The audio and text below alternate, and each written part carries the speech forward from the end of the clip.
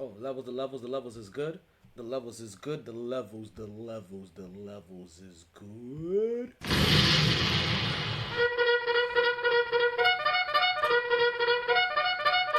MyT.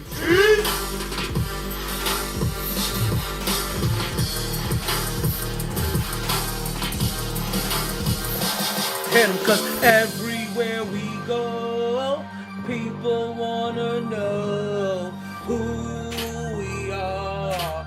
So we tell them this is the mighty sports podcast. Cause everywhere we go, people wanna know who we are. So we tell them this is the mighty sports podcast. Good.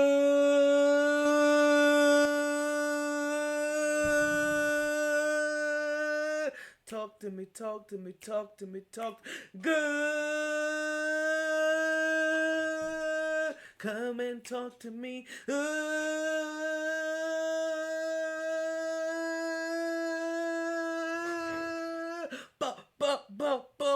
That's that booty meat.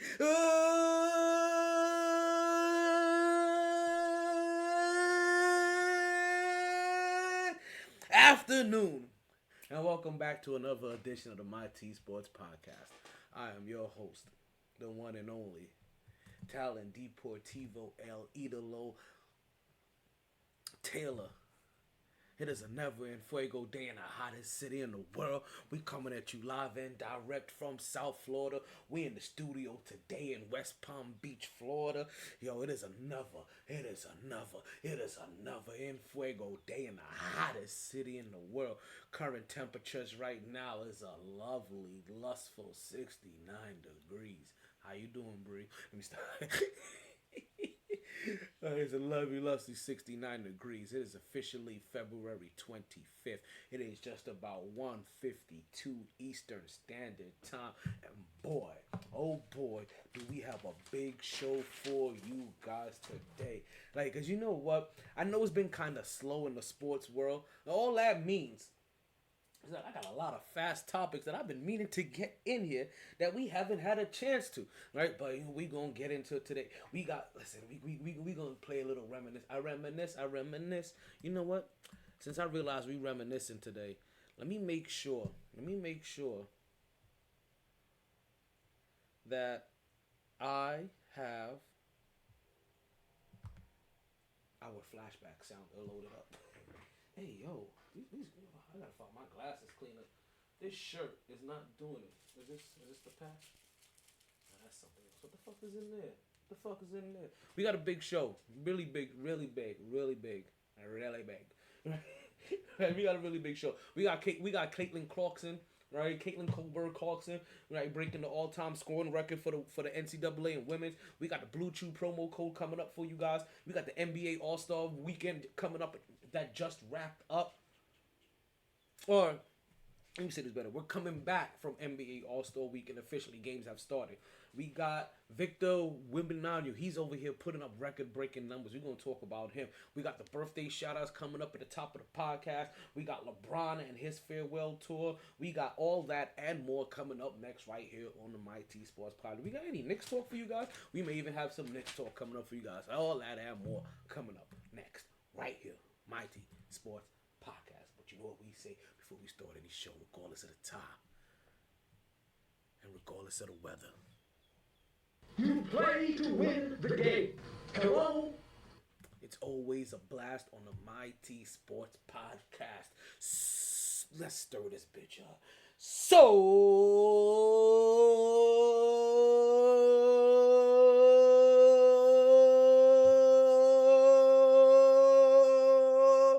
let's start talking. Woo! Back at it like a sports fanatic. MyT Sports. How you guys doing today? I know it's been almost a whole week since we talked. I know it's crazy. Like, yo, talked last Monday. We ain't talk on Wednesday like we were supposed to. We ain't talk on Friday like we were supposed to.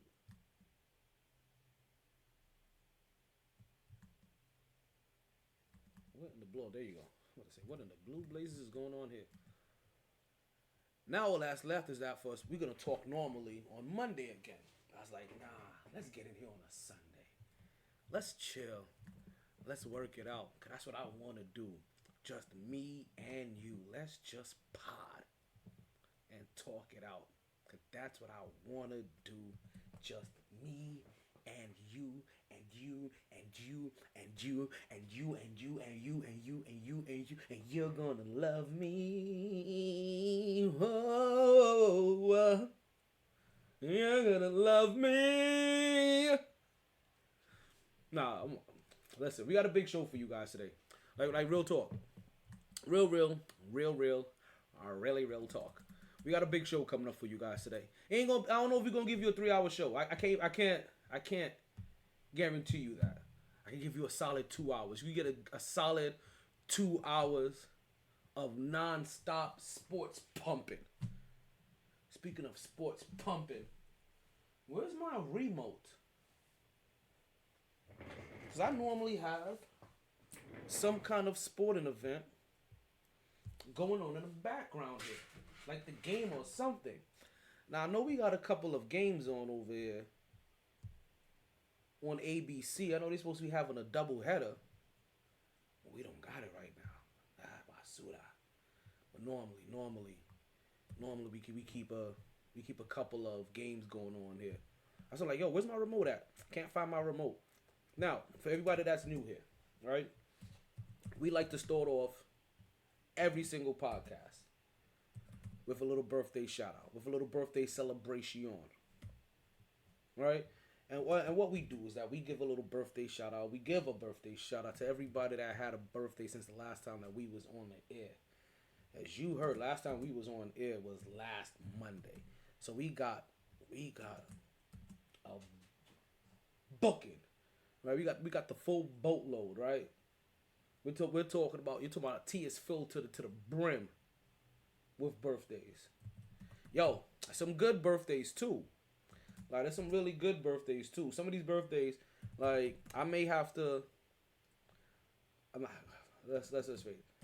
Some of these birthdays, definitely at least one, you're gonna hear us readdress when we get back to the podcast on Monday live from Sharky's. When we're gonna have trivia, alcohol, sports, all that, right? You guys know the deal. You guys know the deal. You guys know the business. All right, so definitely there's going to be one that we're going to give a revisit to. We got no birthdays today, ironically. No birthdays today on a Sunday. So that when we start off next week Monday, it's going to be fresh. It's going to be fresh. Just Monday alone. That's it. Solo. All right, you come if you have a birthday tomorrow, that's all you tomorrow. Birthday celebration. But we're going to make sure that you enjoy your weekends as well. All right, so everybody that had a birthday from Monday the 20th or Tuesday the 20th. All right, all the way to the day the 25th. I need you to start getting them tagged. I need you to start getting them added. I need you to start. Let's see.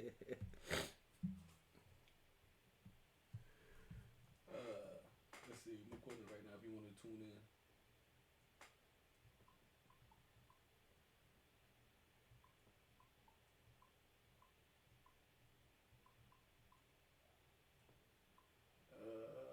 Tune in. Did I ever, where happened to my, I see, and I'm sorry, it's behind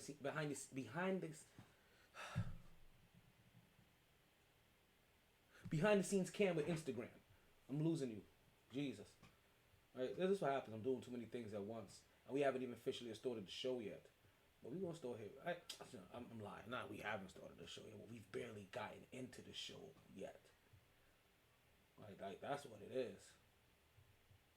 And we are ready. Where is it at? That's the link tree. Where is the?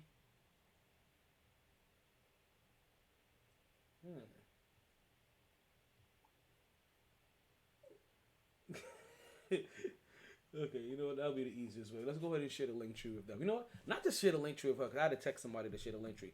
Let's go ahead and share the link tree also with everybody that's watching as well, right? So that you guys have an idea of where we're at. Dunk contest was good this year. Marlon, pimpin', you're here. I know you've been wanting to do this catch up with us. We gonna catch up in a second. We definitely will. All right. I know you wanted to do this recap, and I'm glad you're listening. Hey, where is this at? I'm gonna send you a link to your Facebook Messenger. Right, so that if you trying to hop on, right, you can get faced up as well. You don't gotta stick there. You don't gotta stick there in the comments. We can get you faced up. We can get you mic'd up and get you suited and booted. Get you right here on the podcast. Make the people see your face. And keep that. Anytime you want to join the podcast, that's your own little personal backdoor line into the podcast. Not too many people get that line, Marlon. Let's let you know. Not too many people get that line. I'm telling you right now, there's less than 24 people out there. 2 dozen? I don't even know if it's a dozen.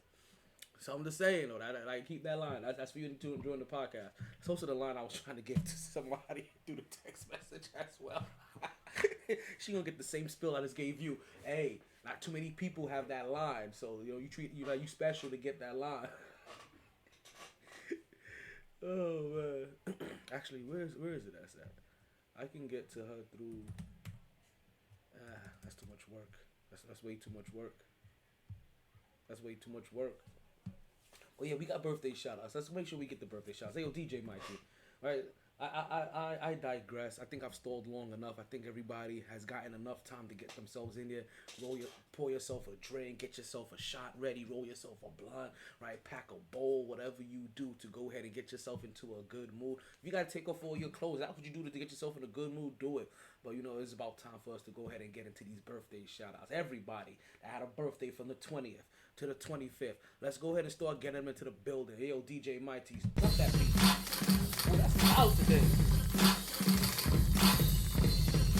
Come down a little bit. Whoa. That came in hot. That came in way too hot. Let's try this again.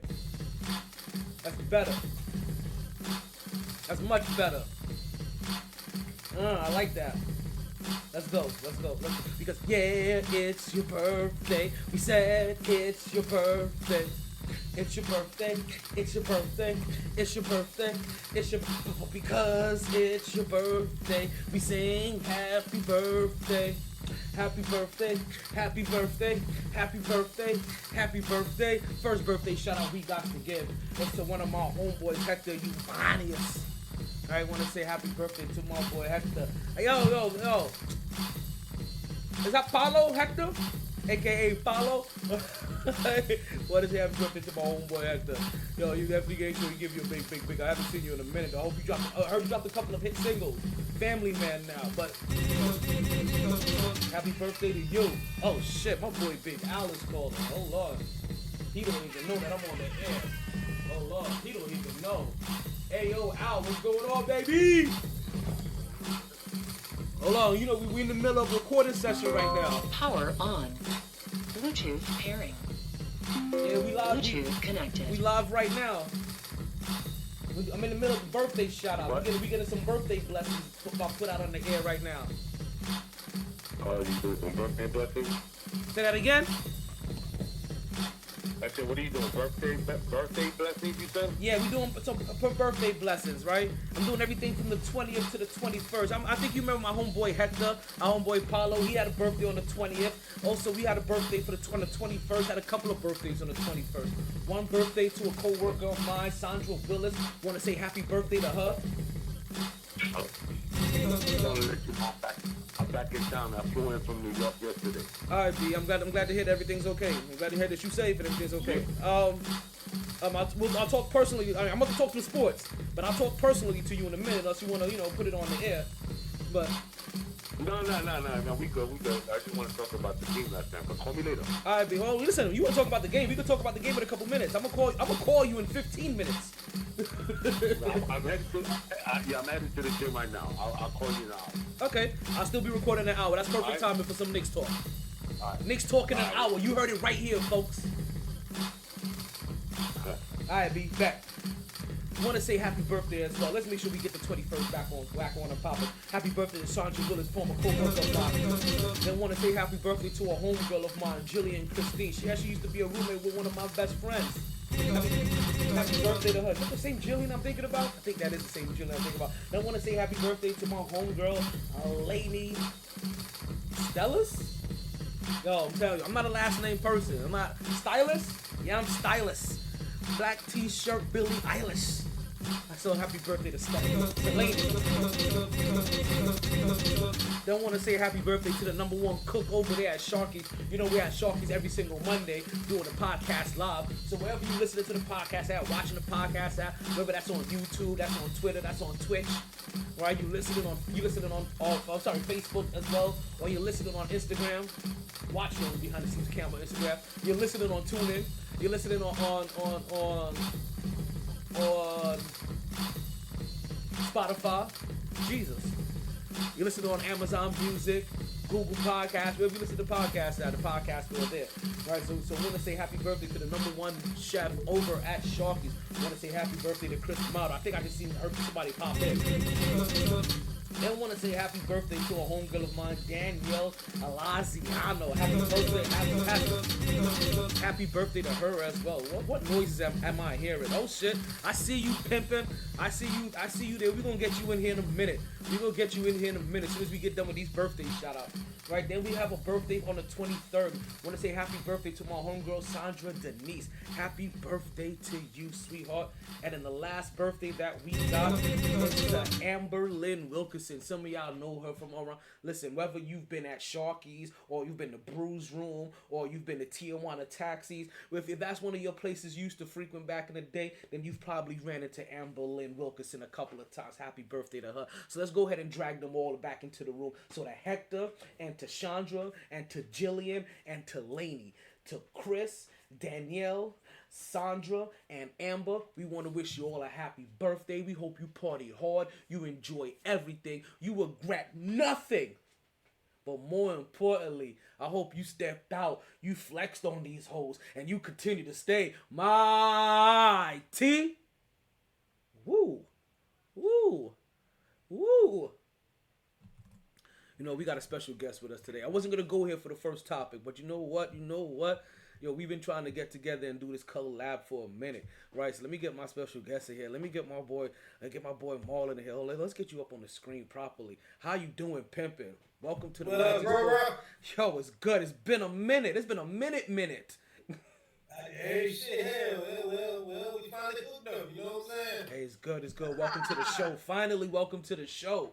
This is what we do here on the Mighty Sports Podcast. So, I know that you've been wanting to rap with me about the NBA All-Star Weekend. Yeah. Now, before we go full into rap, I'm gonna set this up a little bit because I had to watch this. I had to watch the NBA All-Star Weekend from two different points of views. Right.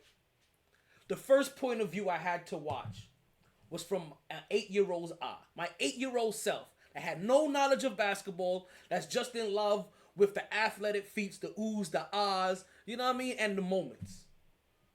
Then I had to watch it from these 42-year-old lion eyes of mine.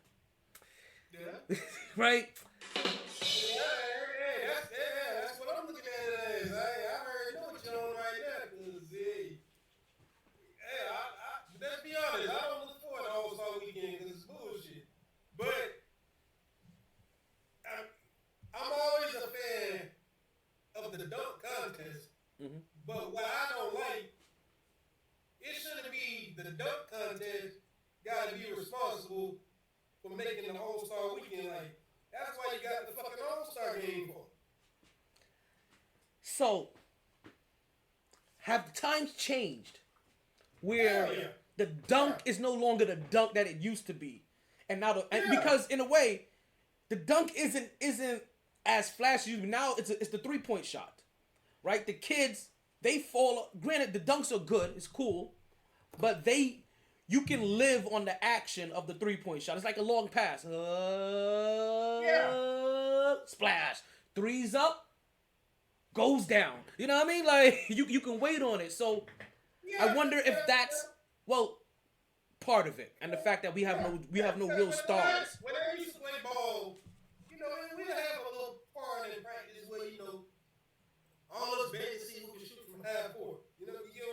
And if you made a shot from half court, that was a big deal. But we didn't go.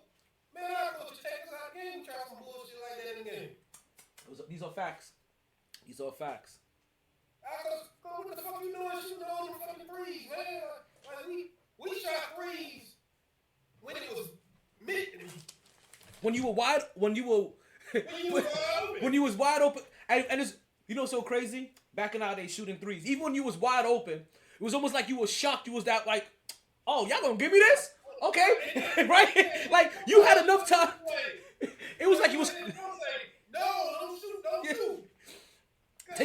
Take two steps in. Take 2 steps. Like you could have took 2 steps in. You know that, right? Like. Coach ain't want us shooting that damn ball. Nah, not at all. Even if you was a shooter. Facts. Listen, shooting a three was like crossing the street. You basically had to look both ways first to make sure you were really wide open, and then you proceeded. we knew Larry Bird to shoot threes, but he went. He still played inside, and he only shot 3 when it was necessary. He didn't remember. He shot threes, but nowadays it's like, come on, you can't be a fucking 7'5" motherfucker shooting threes. But you can be now. Because honestly, why not? Right? Like that's the way I look at it. Like, why not? Like, who's contested my shot?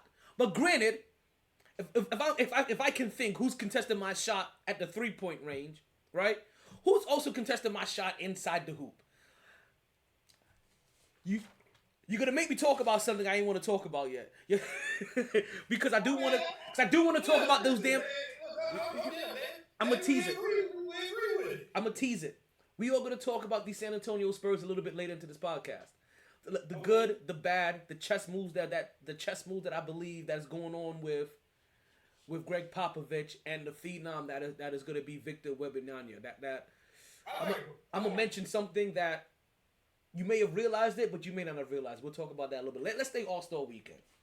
All-Star Weekend kind of just wrapped up, right? And like I said, I watched it 2 different ways. My 8-year-old eyes loved it. Because it is a showcase of their athleticism and their skills. Their 3-point shots, their dunks, and all that other stuff. The kid in you watch that stage, you want to be on. Yeah. These 42-year-old lion eyes that I have to take glaucoma medicine for every day. Actually, you know what? It's time for some medication.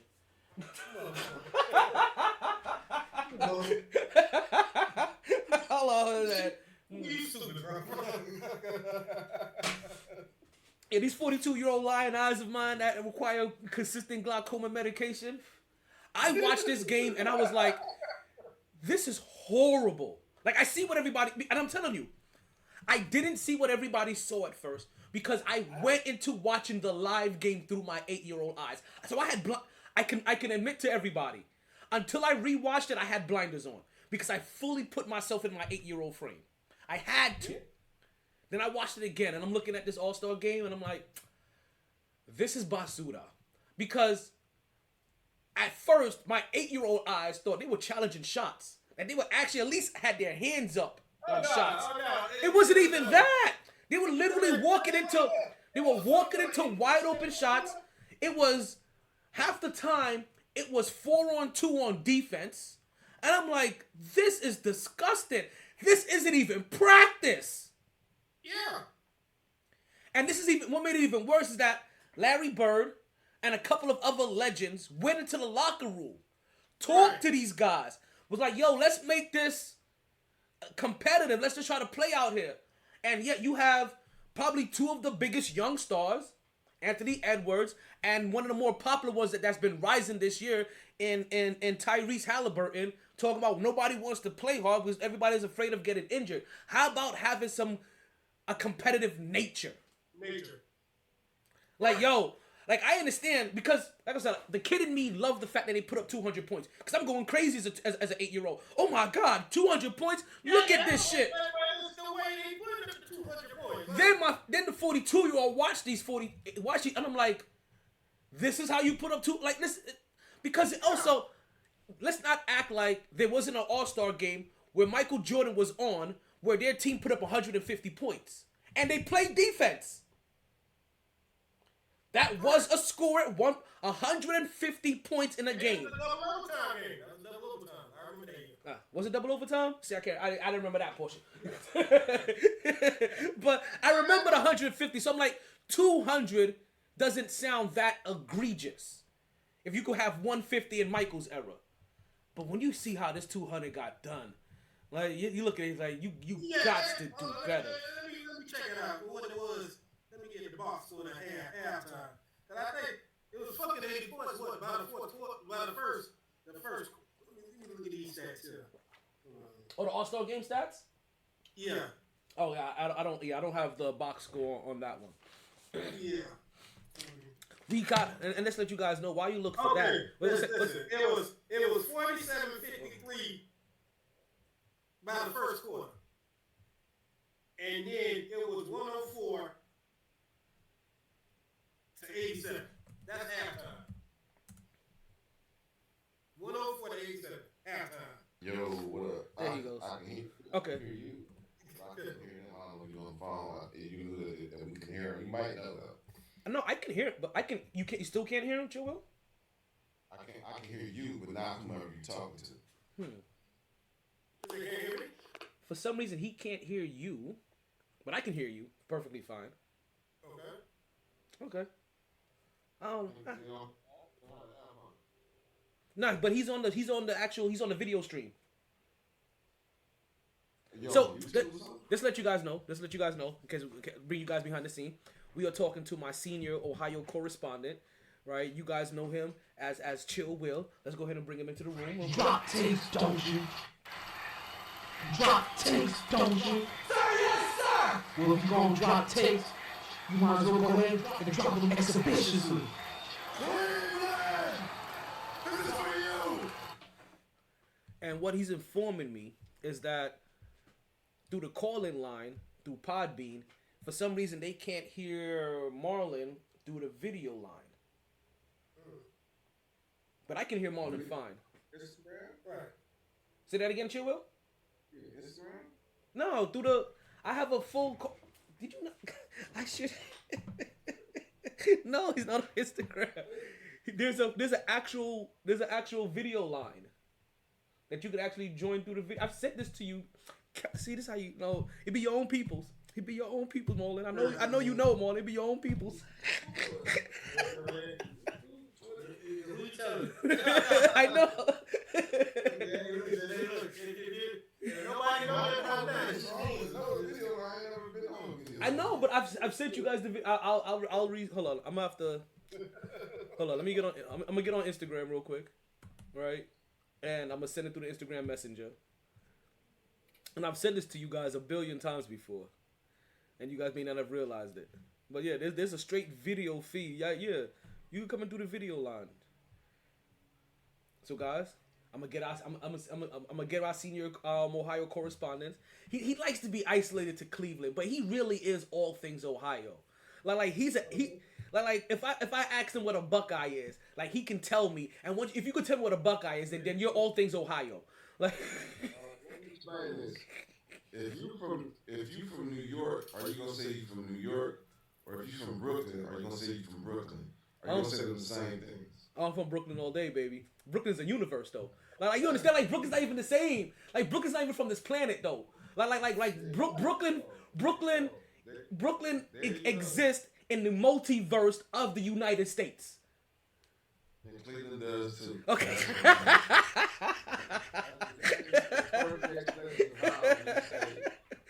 Like it's fine. Really not. Like when you really understand. Like you gotta be from Cleveland. Understand. Like people like oh, they from Ohio. They want you gonna say you from Cleveland. Like people from Columbus say they from Ohio maybe. People from Youngstown or something like that. When you from Cleveland, you from Cleveland.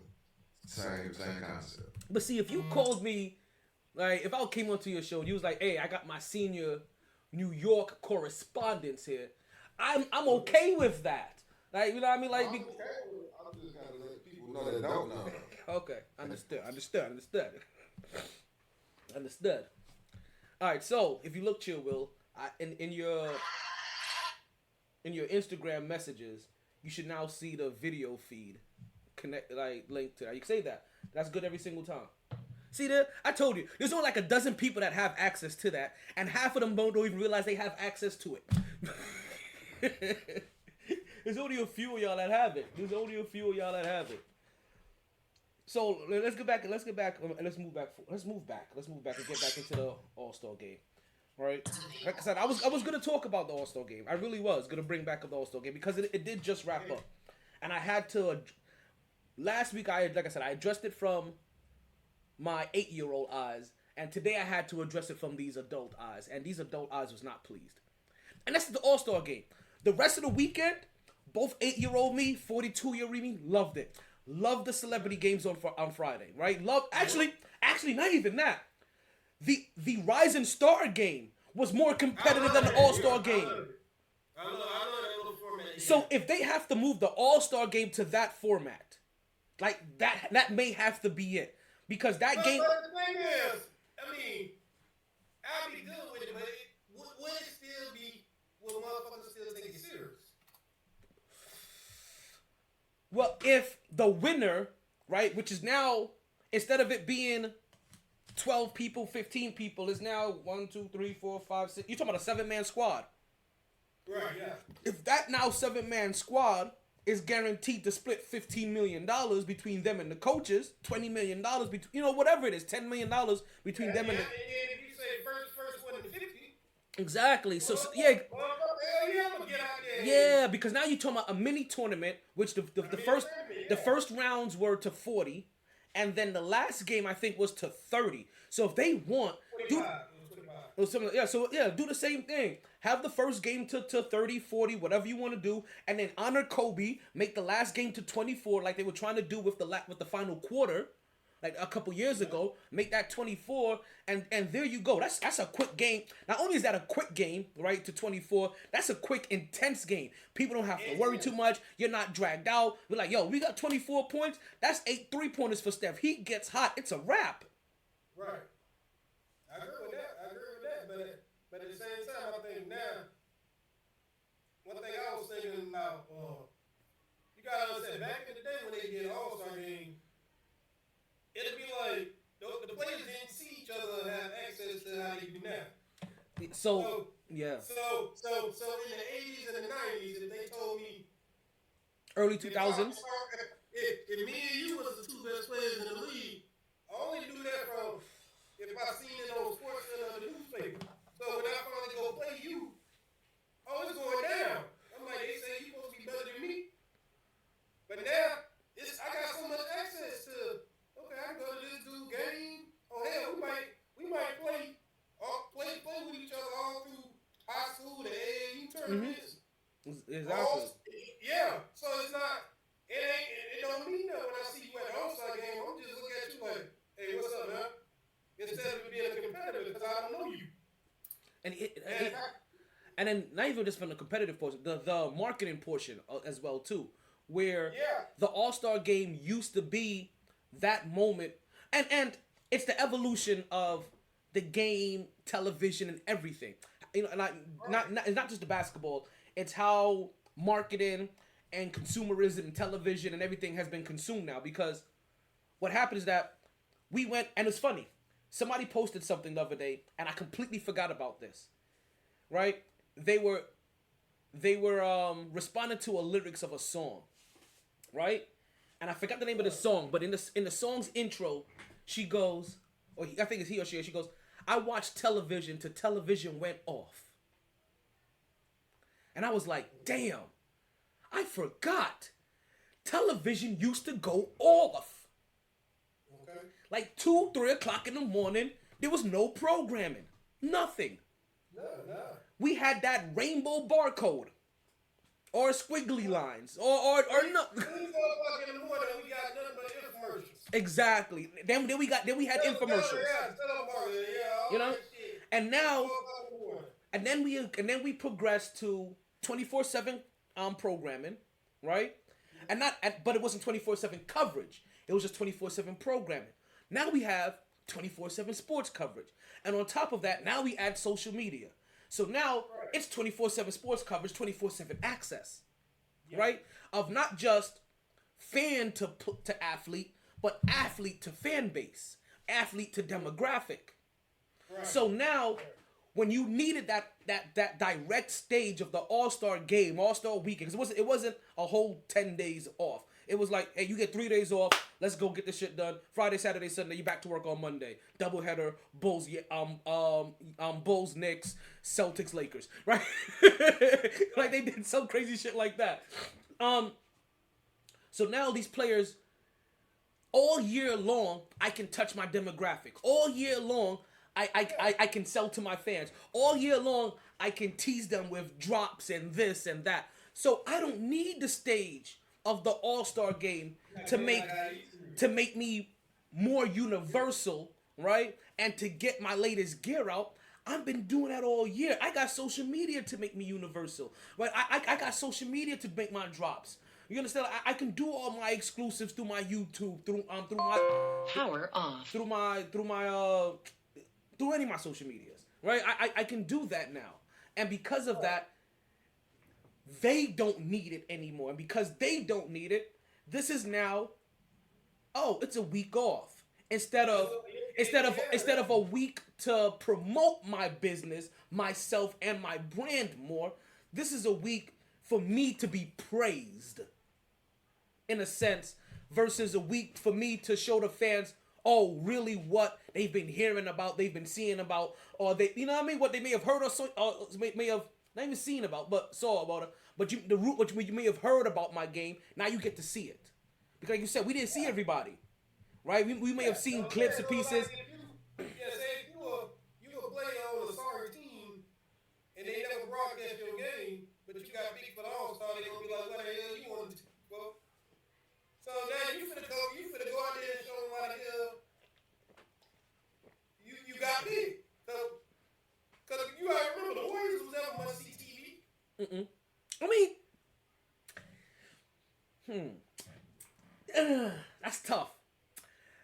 Yes, yeah, because I feel like the Warriors have always kind of been must-see TV, but their record never earned them television right. Because I feel like the Warriors through the years have always had these weird, exciting teams that if they're playing, you're like, oh shit, let me go catch Baron Davis and this squad real quick. Like, oh shit, let me go catch Monte Ellis and this squad. You know what I mean? Like, you always had a reason to kind of like peep into their games. They always had a play that you did. Yeah, like Phoenix. Like, you always kind of like peep into them, even though their records weren't always winning records. They always had a guy.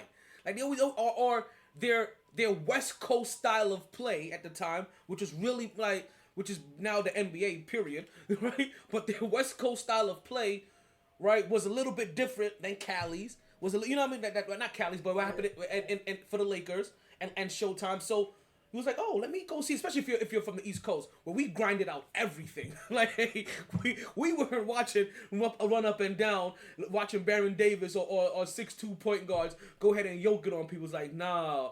Like, we had Mark Jackson. Like, we had Mark Jackson, they had Baron Davis. We was not the same. You know, like, but so that's kind of the weird evolution of it. So it's the fruits of the labor of the past have kind of spoiled today's players, and it happens every generation. Every generation is a little bit more spoiled than the next, a little bit more spoiled, because I guarantee you, the generation before the last generation was complaining about the last generation, and the one before them was complaining, you know, and they all have the things like, oh yeah, this has got, and I see it now more because we've now gone through a couple of these changes.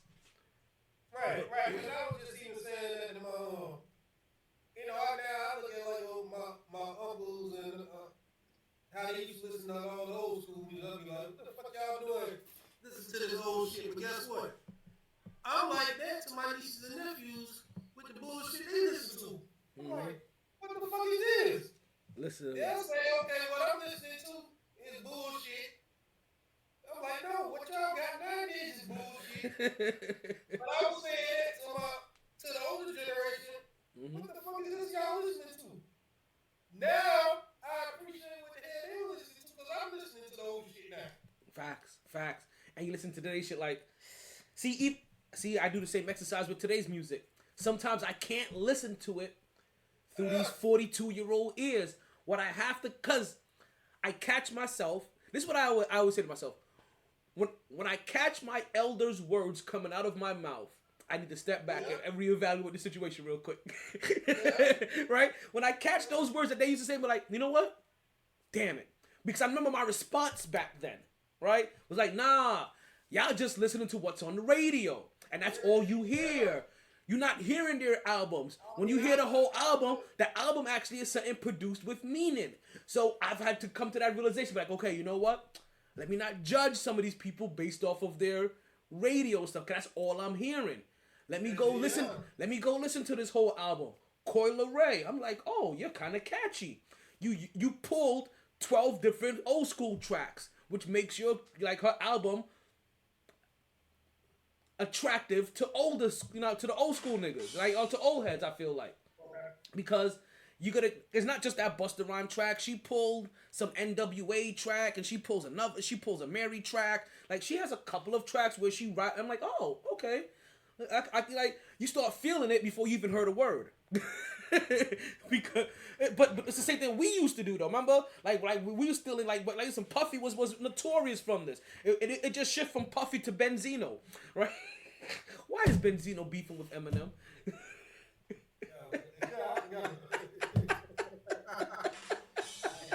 Thank you. Yo, why is that? We just. Oh man, I'm seeing a couple of the birthday people, right? I'm seeing them pop up. I just seen Chris pop up. I seen Chandra pop up. I see you guys. Thank you guys for watching and listening. Oh man, yo, I could not believe that he is beef with Eminem, and then he's using Eminem's diss tracks with Britney Spears to go against him. Like, you realize that cross-dressing thing you're showing is when he was dissing Britney Spears. Like, and he did it for the music video. It's not like he played a whole role. Like, it's like, come on. I'm like, Benzino, you were whack then and you're whack now. I'm sorry. I have to say it. I'm sorry.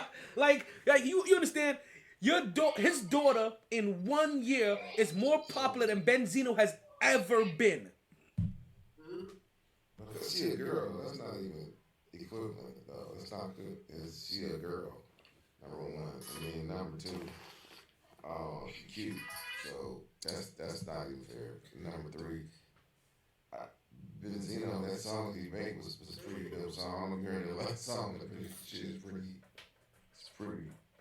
pretty good. I don't necessarily like Benzino at all, but that last song was it hit. I'm gonna go back and listen. Now, Marlon, can you hear him? Nah, I'm about to say that before. I still can't hear him. Like, I'm not quite sure. Wait, you can't hear me? Wait, you? Oh, wait. It sounds like you have a conversation with yourself on podcast. Okay. I'm good. As long as I was thinking about for every other thing that you're running. I'm not quite sure if it can. You know what I'm saying? If they can hear him. I wonder how this is gonna work. Listen, I'm gonna have to let this go back and listen to the real, because I'm hearing both of you fine, but you can't hear him and he can't hear you, and you can't hear him and he can't hear you.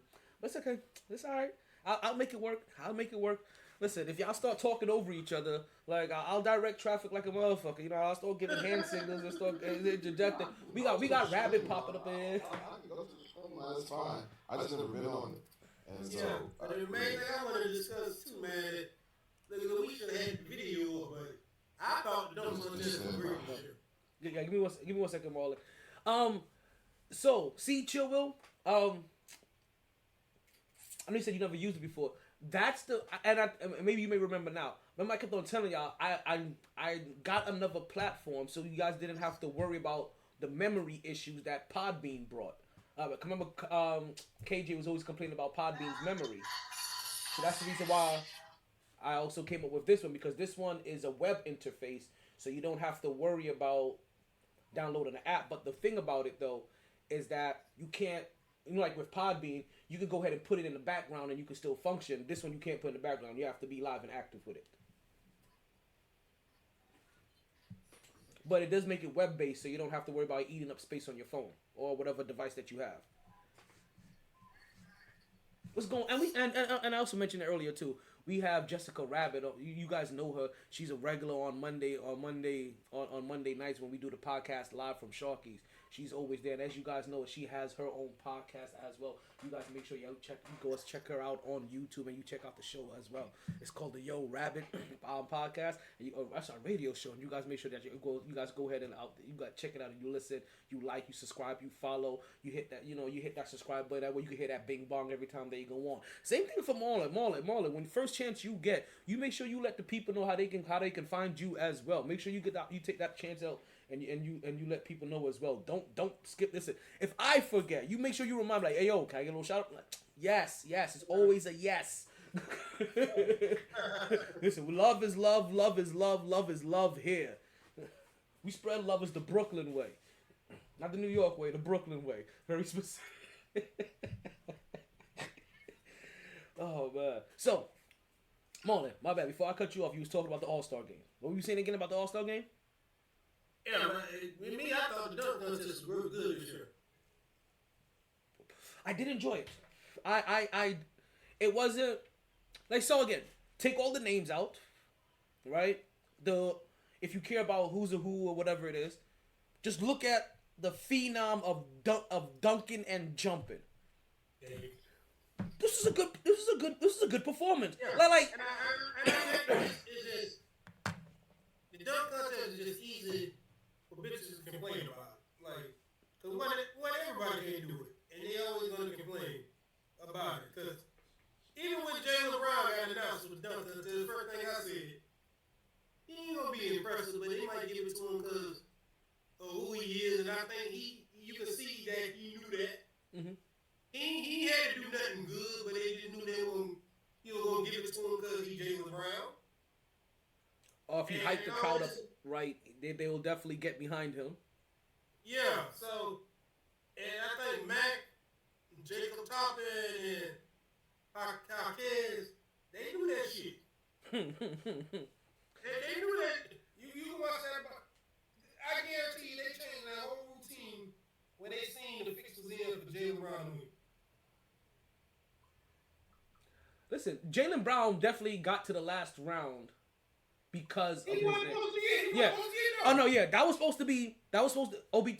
I was calling Obi Toppin's little brother because I'm the Knicks fan, so I'm like, oh, I but Jacob Toppin. I think Obi should have been in anyways. Yeah. Yeah. Facts. Yo, dunk off between brothers in a. Indiana fans something to cheer about. Because Indiana was everywhere else. They were in the Rising Star game. They were in the 3-point contest. They were in the All-Star game. Halliburton was in the All-Star game. Yeah. So why didn't you have? Yeah. So why didn't you have Obi Toppin in the slam dunk contest? Because also imagine the storyline of having brothers in the slam dunk contest. There you go. Like you having all these other shit, all these other problems of selling it. Brothers. Fucking brothers. Right? In the slam dunk contest. And you missed this. Obi Toppin must have been injured. Obi must have been injured. Like there's no unless he gave his spot to his brother. Like that's the only thing. But you should have had brothers there. Cause it should have been Obi Toppin, Jacob Toppin, McClung, and then I guess Jalen Brown. Jaime Hawkins didn't quite need to be there either. I guess you just needed to get the Florida Mexican demographic. He did pretty good. But I'm just like, it's just with me. I love the dunk contest so much, so whoever they put in it. No, when YouTube, I'm gonna go on YouTube to see who. Okay, if I'm not familiar with the cat, I'm gonna just see what he used to do. I'm not just gonna write it off and say, okay, man, this shit finna be trash, this shit finna be garbage.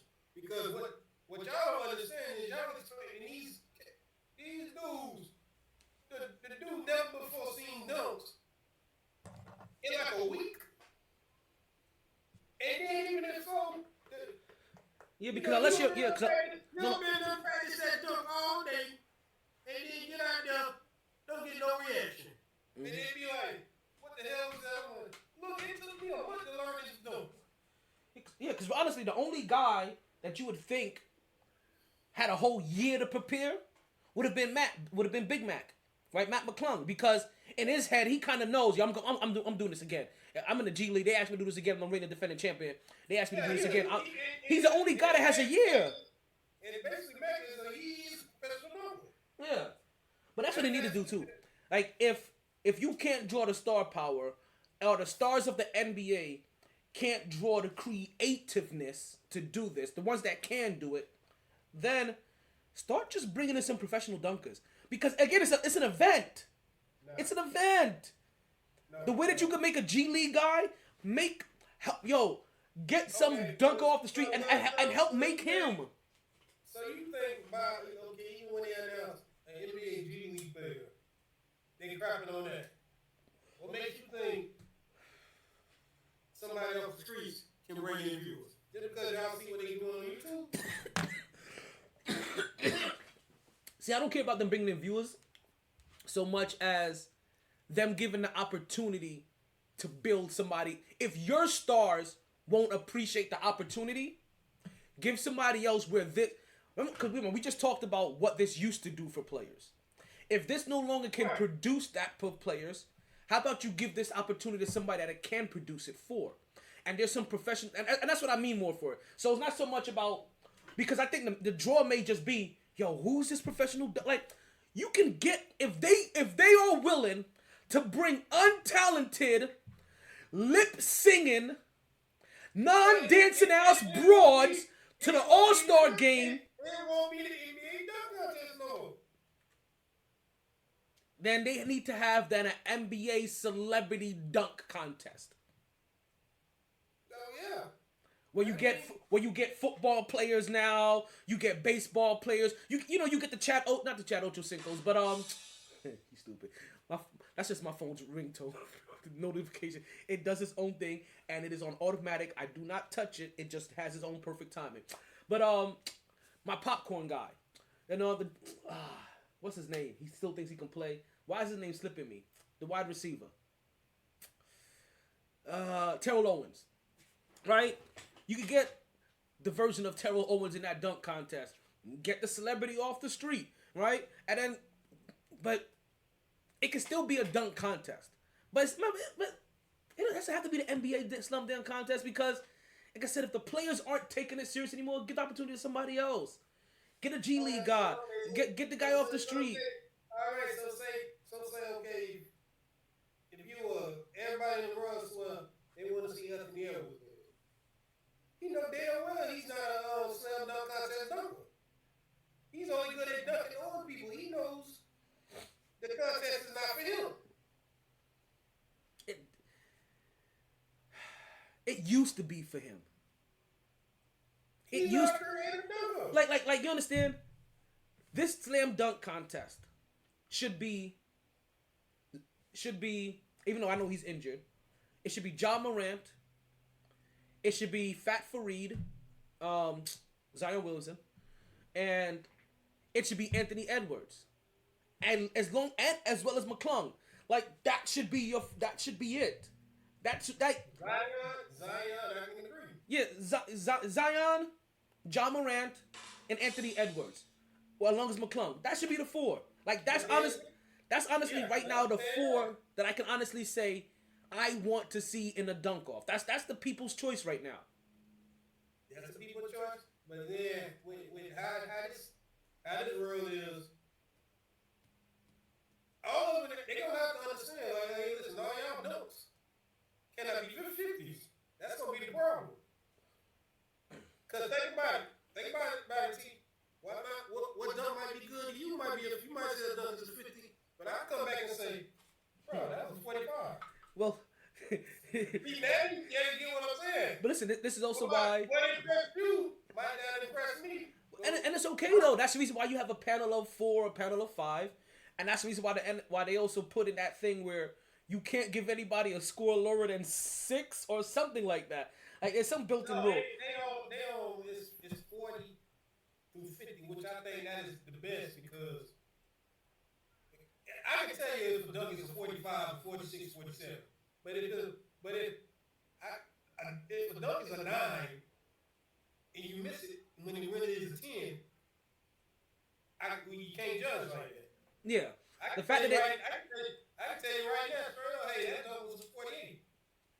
But then if somebody jump from the free throw line, I can't get him a 9 or 8 from jumping from the free throw line. these are facts. Yeah. The fact that they are continuously always taking, and I get it. Like for entertainment purposes, the slam dunk contest just looks cleaner, and it gives off more. It gives off more of a pop when everybody makes their dunk on the first try. But No.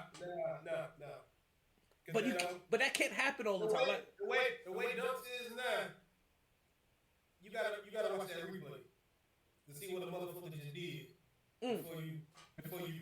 Cause like, you know what? I'll even take that. Victor Allen Dipple when he was in it, he tried to do a 7-25-40. People he had to miss it for people to catch on to what the hell he did. So that built up anticipation, and even though he missed it, he made it, and that became a 50, which rightfully is a 50. True. But if he would have just walked in, did the dunk, everybody just would have been like. Yeah, they would have slept on it. Yeah, like I said, I bought a couple of Dwight Howard dunks. I think one of Dwight Howard's backboard dunk, a cupcake dunk, the same thing. Like things like that had to be watched on replay to fully understand the grasp of it, because in real motion you didn't realize that a guy jumped up, blew out a candle, and then dunked the ball. Be like, oh, that's like, I'm sorry. Yeah, to get up there. Like, oh shit, okay, like, Correct, yeah. So I'm gonna switch up, right? I'm gonna switch up from the All-Star game for a little bit, and I want to talk about a couple of All-Stars in a different league, right? Because in the NCAA, Girls Gone Wild is something something completely different, right? Like when we talk about Girls Gone Wild, we're talking about superstar athletes on the collegiate level doing their thing. And can I tell you, I've been wanting to talk about this for a while now. Caitlin Colbert. I'm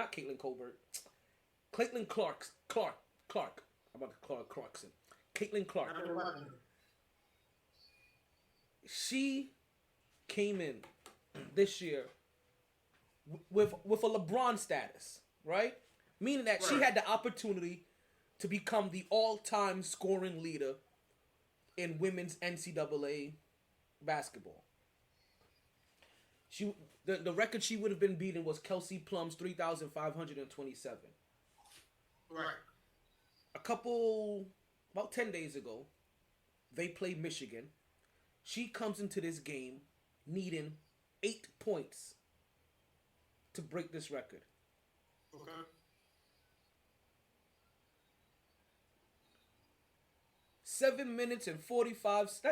With 7 minutes and 45 seconds left to go in the game, in the first quarter, I should say, she broke this record. She scored the first 8 points for her team.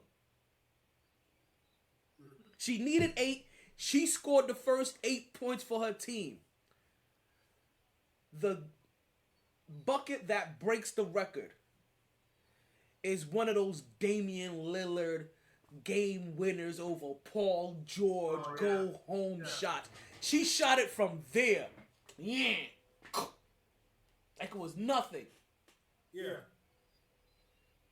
And then proceeds to drop another 41 points the remainder of the game. So right now she broke Kelsey Plum's record. She's now sitting at 3,593 points. Right? Right. You realize she has an opportunity not just to break the women's record. Men's also. She also has yes. She also has an opportunity to break the men's record. Pete Maravich's record. Right. 3,667. 3,667. She is basically 670 points away. And she drops 40 points regularly. like she's one of them. And we're talking about, like I said, like this is one of those games, and it's kind of refreshing sometimes when you see players that not only are in the moment but appreciate the moment that they're in. And I feel like that was her. Is that she fully understood and realized the kind of game that this was. So like I said, she goes in there, and immediately she knows I need 8 points. She goes out there and gets 8 quick. First 8 points for the team. Like, she's single-handedly beating Michigan at this point. Then understanding, right? Get the ball. You know, their next possession, they get the ball. They celebrate. You know, take the time out to give her roses. Yeah. But then understanding, this means nothing. Nothing. I mean nothing if I don't get this W. Right? Like, seriously. It means nothing without the dub. And she goes out there, what does she do? Gets the dub as well. Not only gets the dub, 41 more points. So what I'm telling you is that she scored 49 points for the night. After she had her 8 record-breaking points, she dropped 41 extra. That's 49 points. She damn near dropped 50 on them. Mm-hmm. Now, I'm going to come back and I'm going to talk about her in a second. Only because I'm just matching races right now, right? She's like the Larry Bird of the NCAA right now, of college. Okay. She has a magic. And that's LSU star Angel Reese. We seen these two teams play match up in the tournament last year, right? Right. So we should be if this is your first time, if you've been following a couple of years, so we've seen this matchup already, and we know that these two ladies are probably set to collide heads again in the tournament this year. Angel Reese puts up her seventh 20 points and 20 rebound game. This game, she had 25 points, 20 rebounds against Auburn. Auburn as a team had 28 rebounds. And she had 20 solo. Another game that they win. But the thing that brings me not to for Angel Reese is because it isn't just about her greatness on the court, right? She posed the question that everybody wants to know on her own social media. And that was, should I stay or should I go? And that is a good question. Even though she's a senior right now, she currently has 1 extra year of eligibility because of COVID. Right? All the players had that extra year of eligibility now because of COVID. So she has another year that she can stay in college. Well, Caitlin Colbert as well became eligible this year as well, because you become eligible with 3 years of college or age 22. She turned 22 now. This is her first year of eligibility. For both of these women, if they go into the WNBA, they are taking approximately a $500,000 per year pay cut.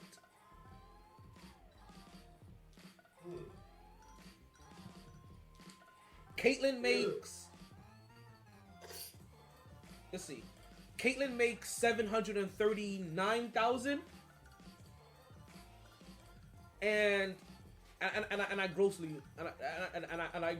like downplay these numbers. Angel Reese makes $1.7 million. Just to let you know, Bronny Jr., who averages 5.1 points per game, gets like $17 million a year. Just to let you guys know, right? Yeah. Like, he's not even he's not even the best player or anything like that, right? Yeah, you heard these numbers I just gave you. He's not even the best player.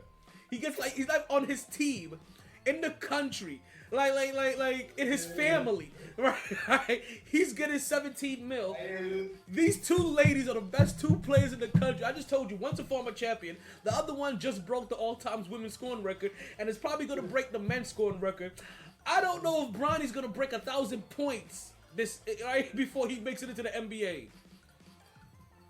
And in his defense, he's not trying to be the best player in the country. So, Oh man. I mean, I guess when you're LeBron's son, everybody expect. Or at least the advertisers come after you and give you the money, because like I said, I kind of like we're talking about 1.7. That's the fact that that's a pay cut, because the average salary for a rookie is about $250,000 in the WNBA right now. So like I said, so for Caitlyn, But then you gotta think too that their season only about 3 months. it is a very short season. It is a very short season, and they're They only got what, 20 games, and then 40 games maybe, 30, 40 games. And just let you guys know, right? And I tell everybody this because I buy it even though I may only watch a fifth of the games. You could get the whole entire season package for $25. The whole season. Now it used to be less than that, right? But they made some format changes which added to the price. Because you used to be able to get it for like $17.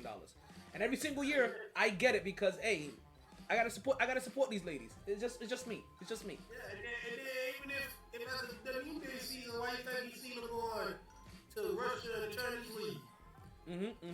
The cover, because the WNBA not paying nothing, so I mean, let me go to China.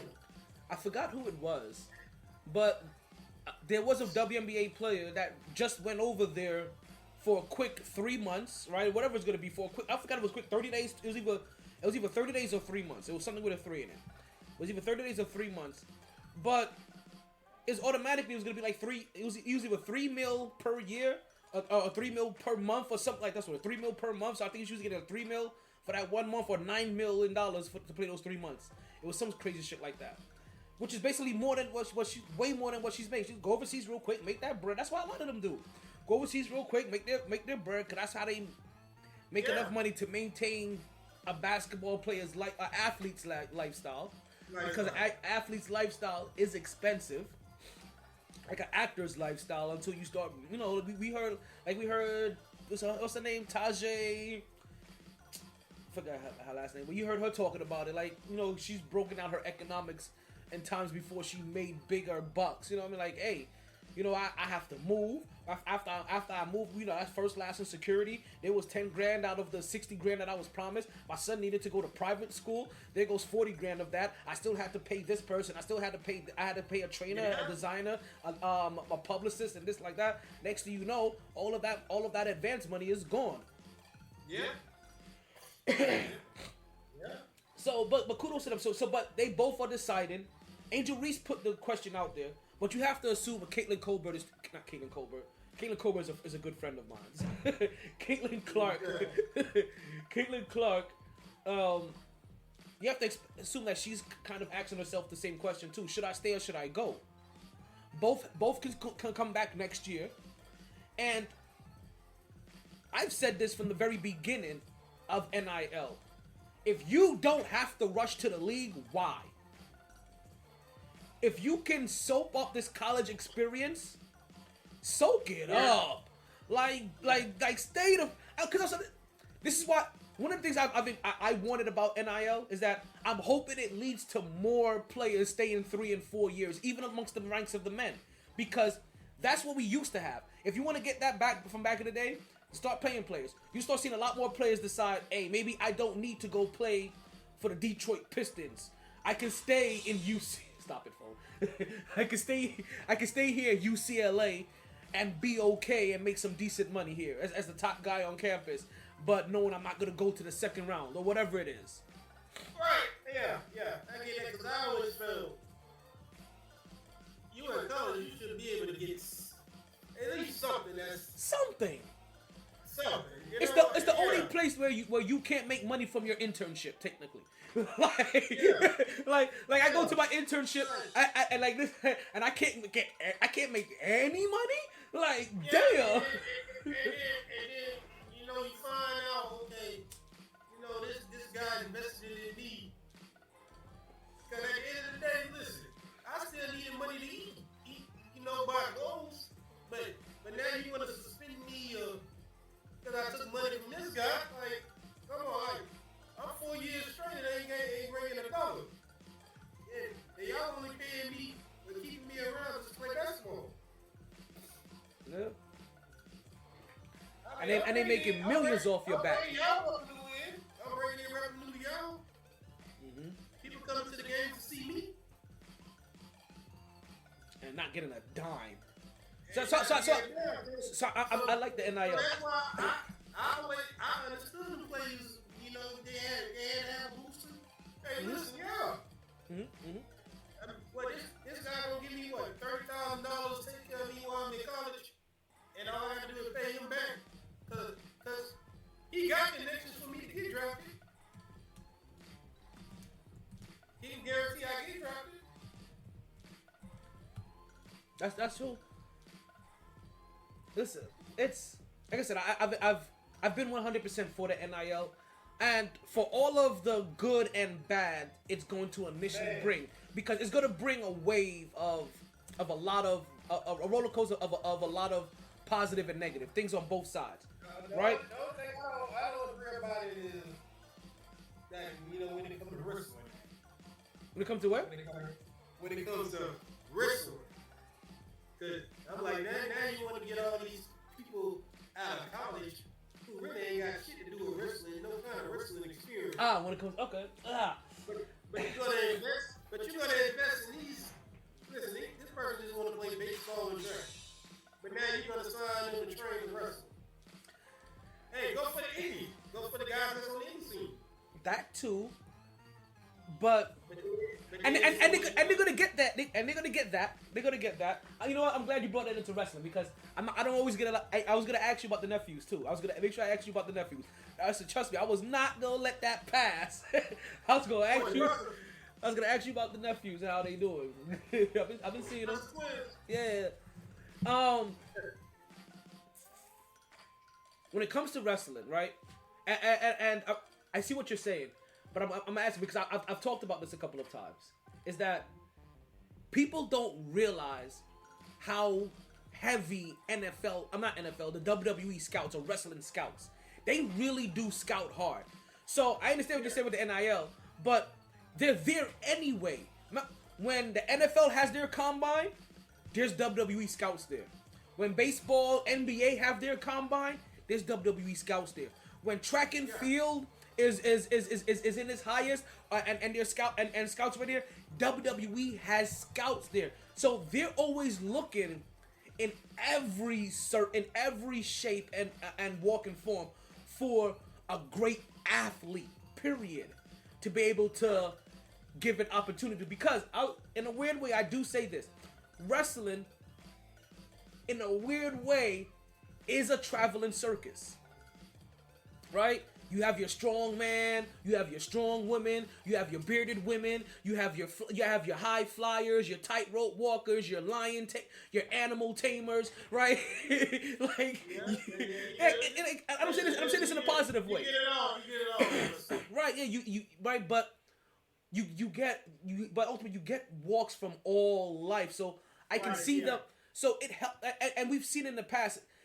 How else do you get a Bianca Belair if you're not there at the, at there watching track and field sometimes? You know what I mean? And yeah, because she didn't have no kind of wrestling experience. Exactly. So, but you get somebody like that. And granted, this could have been people that was coming in silver, bronze sometimes, right? Because you're there scouting. You see that, okay, maybe they not the gold person, but damn, shit. What separated gold and silver, or gold and bronze, was 4.2, and they ran a 4.4. I'll take it, right? Or I'll take the guy that runs a 4.7. I'll take this behemoth that the NFL scouts passed up on. Like, oh, it's okay. We'll teach him how to wrestle. Put him to the school. Let's see if you can take to this. right? Now, granted, we know in the past Vince will force some of these guys on us. I don't think that these guys are gonna be forced in anymore, right? Or forced upon us. Like if you know, Vince always had that body type, and he will always force that body type person onto us as wrestling fans. Like, what's that? Yeah, I mean, the thing I feel like now that I'm getting older and understand it, like you got. When I tell my little nephews, like you gotta understand, I come from. I see you, Chill Bill. When we legit thought about wrestling, we thought the shit was real. You get what I'm saying? Mm-hmm. And by saying real, we thought it was just a simple fight. We'll go and fight Warrior. That's a legit fight we thinking. But nowadays it's like. Back up some, Chill Bill. Shit, my bad. Yeah, I got the goddamn phone. Oh, I'm like, Like, yeah, for yeah, my real. bad. It's like when you call your parents on the phone, like, yo, you up the motherfucker, like, hey, what's up? Can you hear me? Like, what's going on? But there goes our senior Ohio correspondent. We got Chill Will in the building. Yeah, this is the video line. The video line has always been available. I never seen this shit. I mean, you probably had it in there, but I seen it, but I didn't see. I know what it was. The shit was through Instagram, though. I don't know what it's through, but No, whatever. it's not through Instagram. I mean, I have an Instagram feed up as well, but it's not through Instagram. Mm-hmm. It's not through Cool. Instagram. Yeah, I might have to show my homie this because we've been trying to do a video thing like this. I think YouTube needs a certain amount of followers Oh yeah, tell me. to be able to do this shit. Yeah, so let's let you guys know I'm using Restream, and Gotcha. Restream. Yeah, with Restream, then Restream allows you also not only to produce everything live, but also share live as well to your other formats. So as I produce here, this is what pushes to YouTube, pushes to my both Facebook accounts, push to my Twitch account, and also pushes to my Twitter account, all at the same time as well. And then it's supposed to incorporate all comments as well from all of those and bring them into me as they come as well. So that's what I use Restream for. So that's how I get everything out there. You get paid subscription through Restream.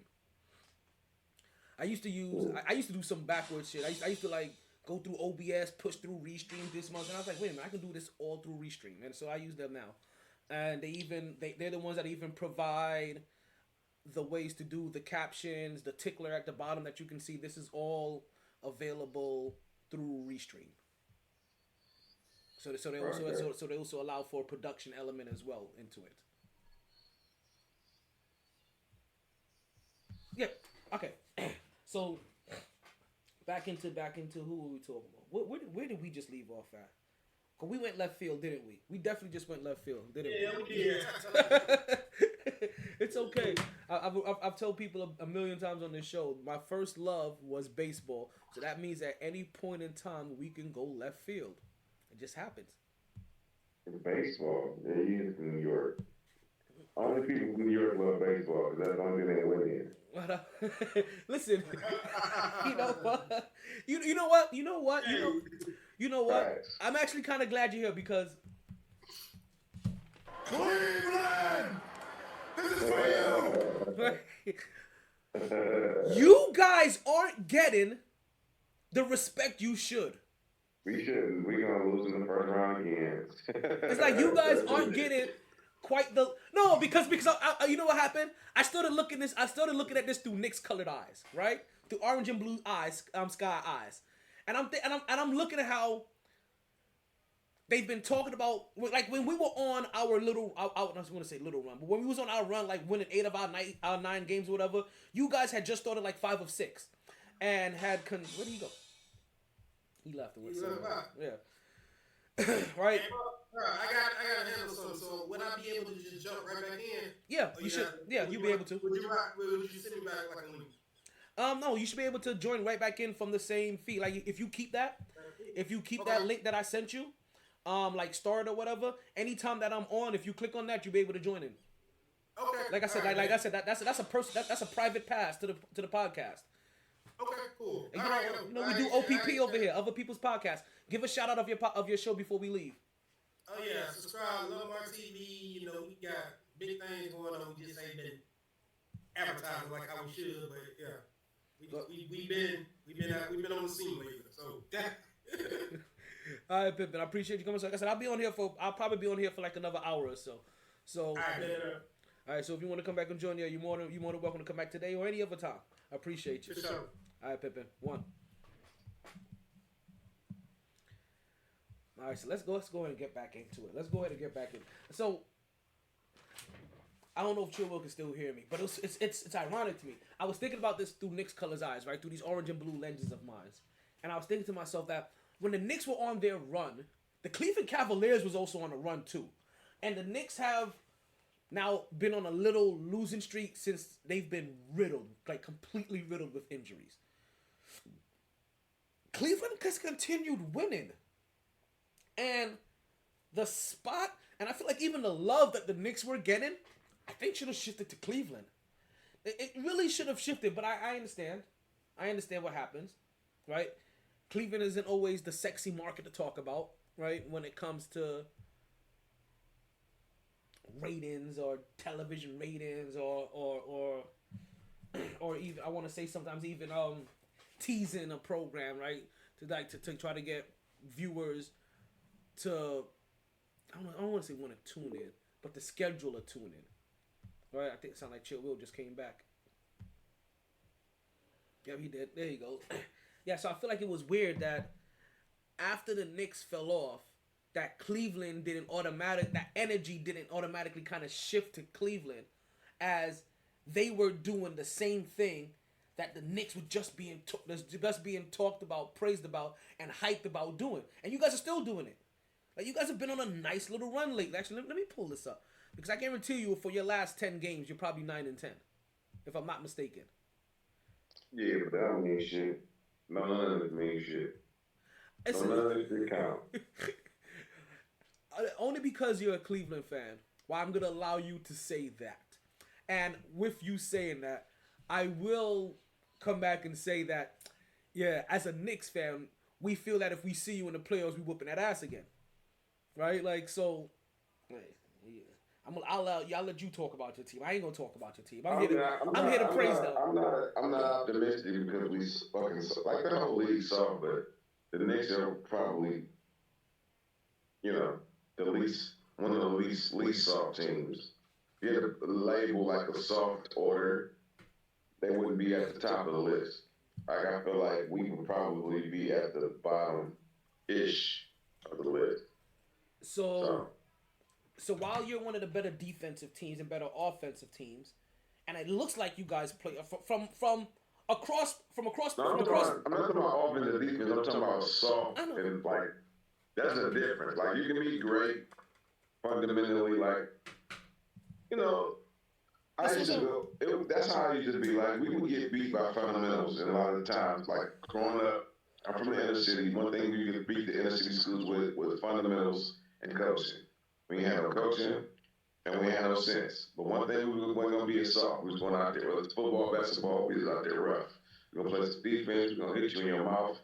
We're going to bust your ass, especially in football. They always say, man, y'all got to hit. Oh, my gosh, y'all can hit. But the score beat 70 to fucking 20 or some shit, like, you know what I'm saying? So it's a difference between, I'm talking about soft. Like, when you meet certain teams, just can't be soft. And that's a matchup problem. New York's our matchup problem. Can we beat Giannis? No. Can we beat Embiid? Possibly. But man, that's a rough stretch. You know what I'm saying? So can we beat Boston? So you gotta be realistic about it. Should we barely get past Trey? What the fuck? You know, your favorite guy. Trey. Your favorite guy. Your favorite player. Hate that guy. So I don't know about that. Yeah, I don't know about that shit. We just got proven, man. We got developing rising stars. If we keep those guys together, it'll be fine. But who knows? Y'all swear y'all gonna get out of the mission. I don't think he's gonna leave. Though. But y'all can fuck. If y'all get Donovan Mitchell and Embiid, y'all probably still gonna fucking lose to. You know what, I hate you. You know. Listen, I don't think. I don't. Damn, Giannis get it together. That's a problem. Yeah, I don't think that we're in the run-in to get Donovan Mitchell anymore. I think, cause I think based off our last couple moves, and I may have to double check, the money may not be there anymore. So I think they've. But y'all had to pay Brunson.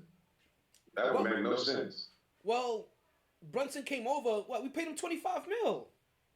When y'all first came over, he had how many years on his contract? A 4-year contract. Oh, I thought he came off an old contract. Well, you right, because he did wouldn't. Yeah, they was giving him. Yeah, he came off of peanuts. Everybody at the Knicks. So he gonna want some more money though, probably. You got to end up paying both of them. Yeah, at one point, he gonna come up soon. Like, well, listen, I'm the man on this team. I want some max man money. Oh, and he's gonna get it because his daddy works for the team too. He's gonna listen. It's not even gonna. He don't even have to come off like that. It's just gonna be like his dad is in management. He's gonna be like, hey, it's coming up that time to go pay Jalen. We gotta have to make sure we do right by him, right? Like he don't gotta say shit because also when Jalen Brunson is over here complaining to the referees, his dad is also over there talking about stop bitching, and he'll be like, fuck, and then go out there and just start cooking. You know what I mean? Like so.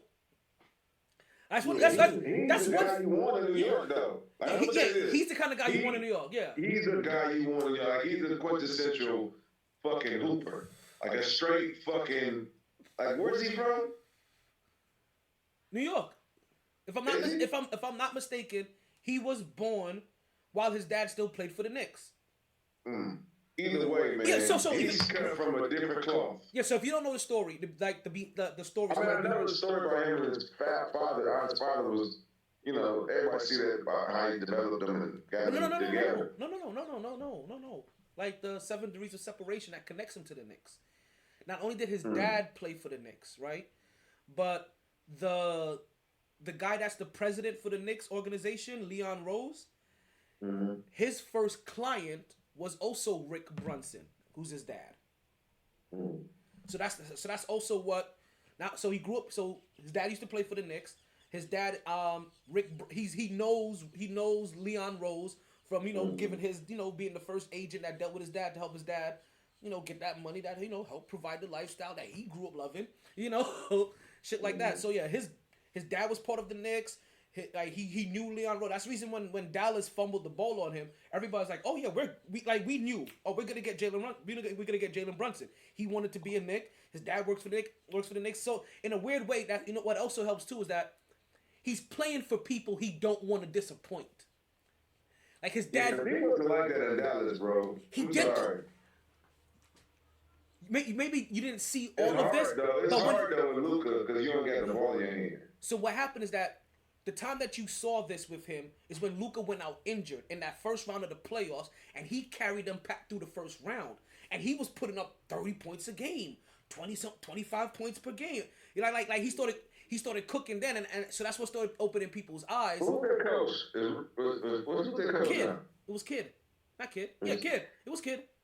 It was still Kid. So what do you do though? What do you do in that situation? Because they can't shine on the same team. Well, what ended up happening is that not would you even look at the ball like that. They didn't offer him a contract. Well, I want to know if it would have been even then. Like he should have been shining. Like as good as he is, I'm not saying he didn't do well. But I'm just saying he wasn't that guy at the time. Yeah.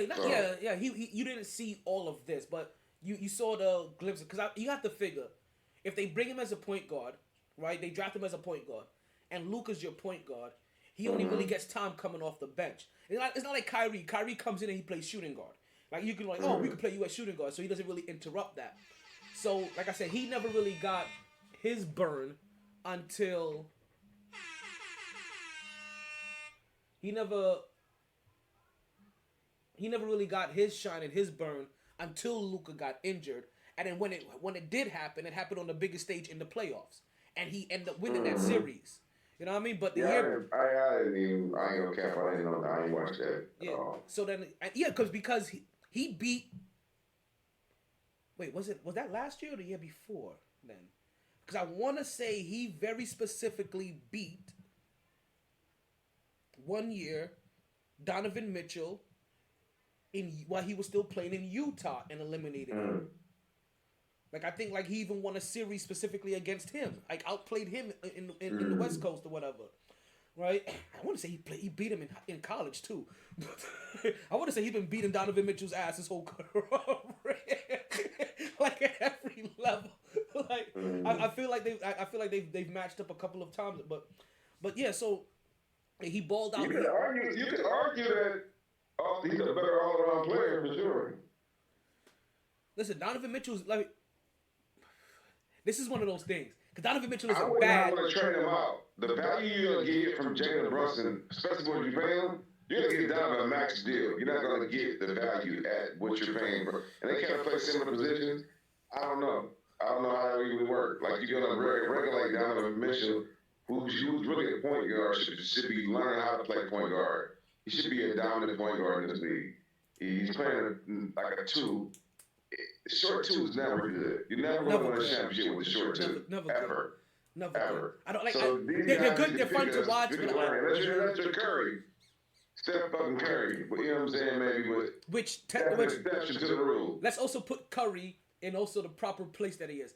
The best shooter ever. So it's basically what you said. Like you, because I also say the same thing about point guards. Most point guards that are good in this league, you're not winning with the point guard being your best player. You're not winning with a right. The only time it's happened when it came to these 2 point guards, one of them was the best shooter ever, and the best defensive, right? The best defensive, and the other one was Isaiah Thomas. Prospect at his position, like those are the two. Yeah, in the last the best defensive player, like the best defensive, best right. Two legends, complete legends. Because Isaiah Thomas is also top 5 at the position. The only guy in the top 5 of assists, right? Single season, not named John Stockton. He's also one of the only point. If I'm not mistaken, Isaiah Thomas is the only point guard in single season assists, in the top 5 of single season assists. He's the only other player not named John Stockton. I think I think John Stockton got like 4 of the top 5 singles because also remember John Stockton is one of the few because there's not a lot of players that put up over 1,000. That's crazy. Yeah, not a lot of players put up over 1,000 assists in a season. I thought Tyrese Halliburton was gonna do it. I really did. Like, he was on pace. He was really on pace to do it, but he's how crazy is today's game if you can't get that many assists? You know what? With as many shots as they put up, thank you, and the new pace, that's my point. Yeah, the fact that that's crazy because because this came to my thing because you know how I feel about a couple of things.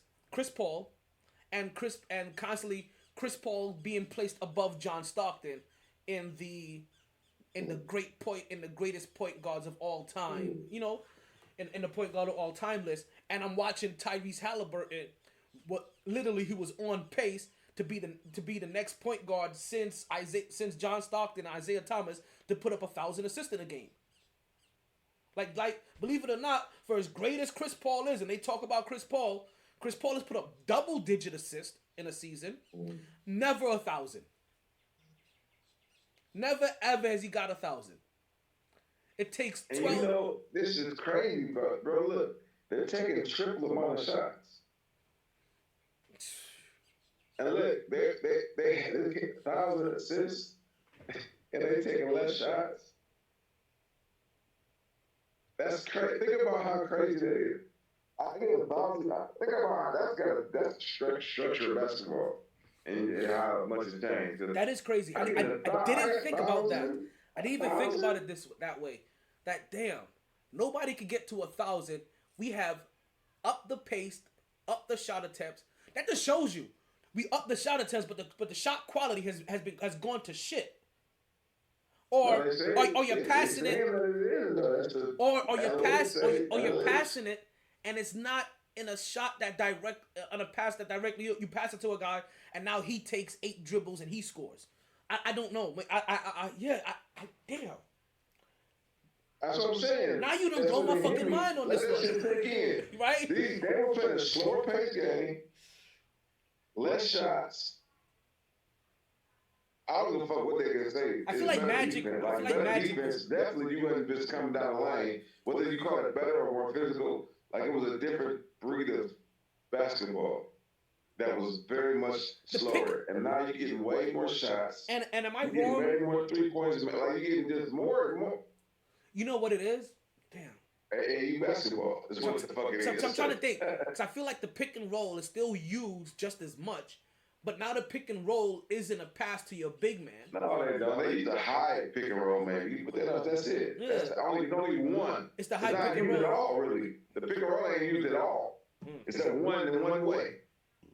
It's the isolated player at the end of the games or when you want to get a bucket, an important bucket, and all right, let's get it. And it's not even, like, it's horrible. Basketball is not a team game no more, bro. That tell you right there, you can't even get, we're shooting 3 times as much, but you can't even get 1,000 assists. Damn. That tells you right there, it's not a team game no more. That's crazy. This That's is crazy. Asinine. Yo, what we just discovered, what we just I may have to call into New York Sports Radio. I might have to give ESPN this one. If they, I'm gonna tell you this. I may not even call in. If we hear this topic pop up in the next 2 weeks, we know we've been scouted. We know we've been scouted. I promise you. This is mind blowing to me right now. It is. It's what I just said. I am wrapping my head around this, and in a weird way, this is also like phenomenal. Like wow, fucking wow, right? Yeah, when you said it, I'm like, damn, like and you're like, you wishing Tyrese Halliburton, like, how the fuck he didn't do it? I'm thinking, also, how the fuck he didn't do it? He can make it like 8 times the shots time. Because it takes 14 and a half assists per game. No, sorry, 14 and a half, 12 and a half. When you're getting more, you're getting maybe it's 12 and a half shots. But yo, for real, they are putting up way more shots than they ever had. Every team needs a Okay, you know what? I see now why people complain about these point guards. Every team needs a point guard. They don't have point guards no more, matter of fact. Let's be honest. These guys are not point guards. They initiate the offense maybe, but they're not point guards. Jalen Brunson's the point guard. He can score, but he know how to play the point. See, and even his assist numbers Ain't where it should be at. Right. Right. But you know what though? I have to see how.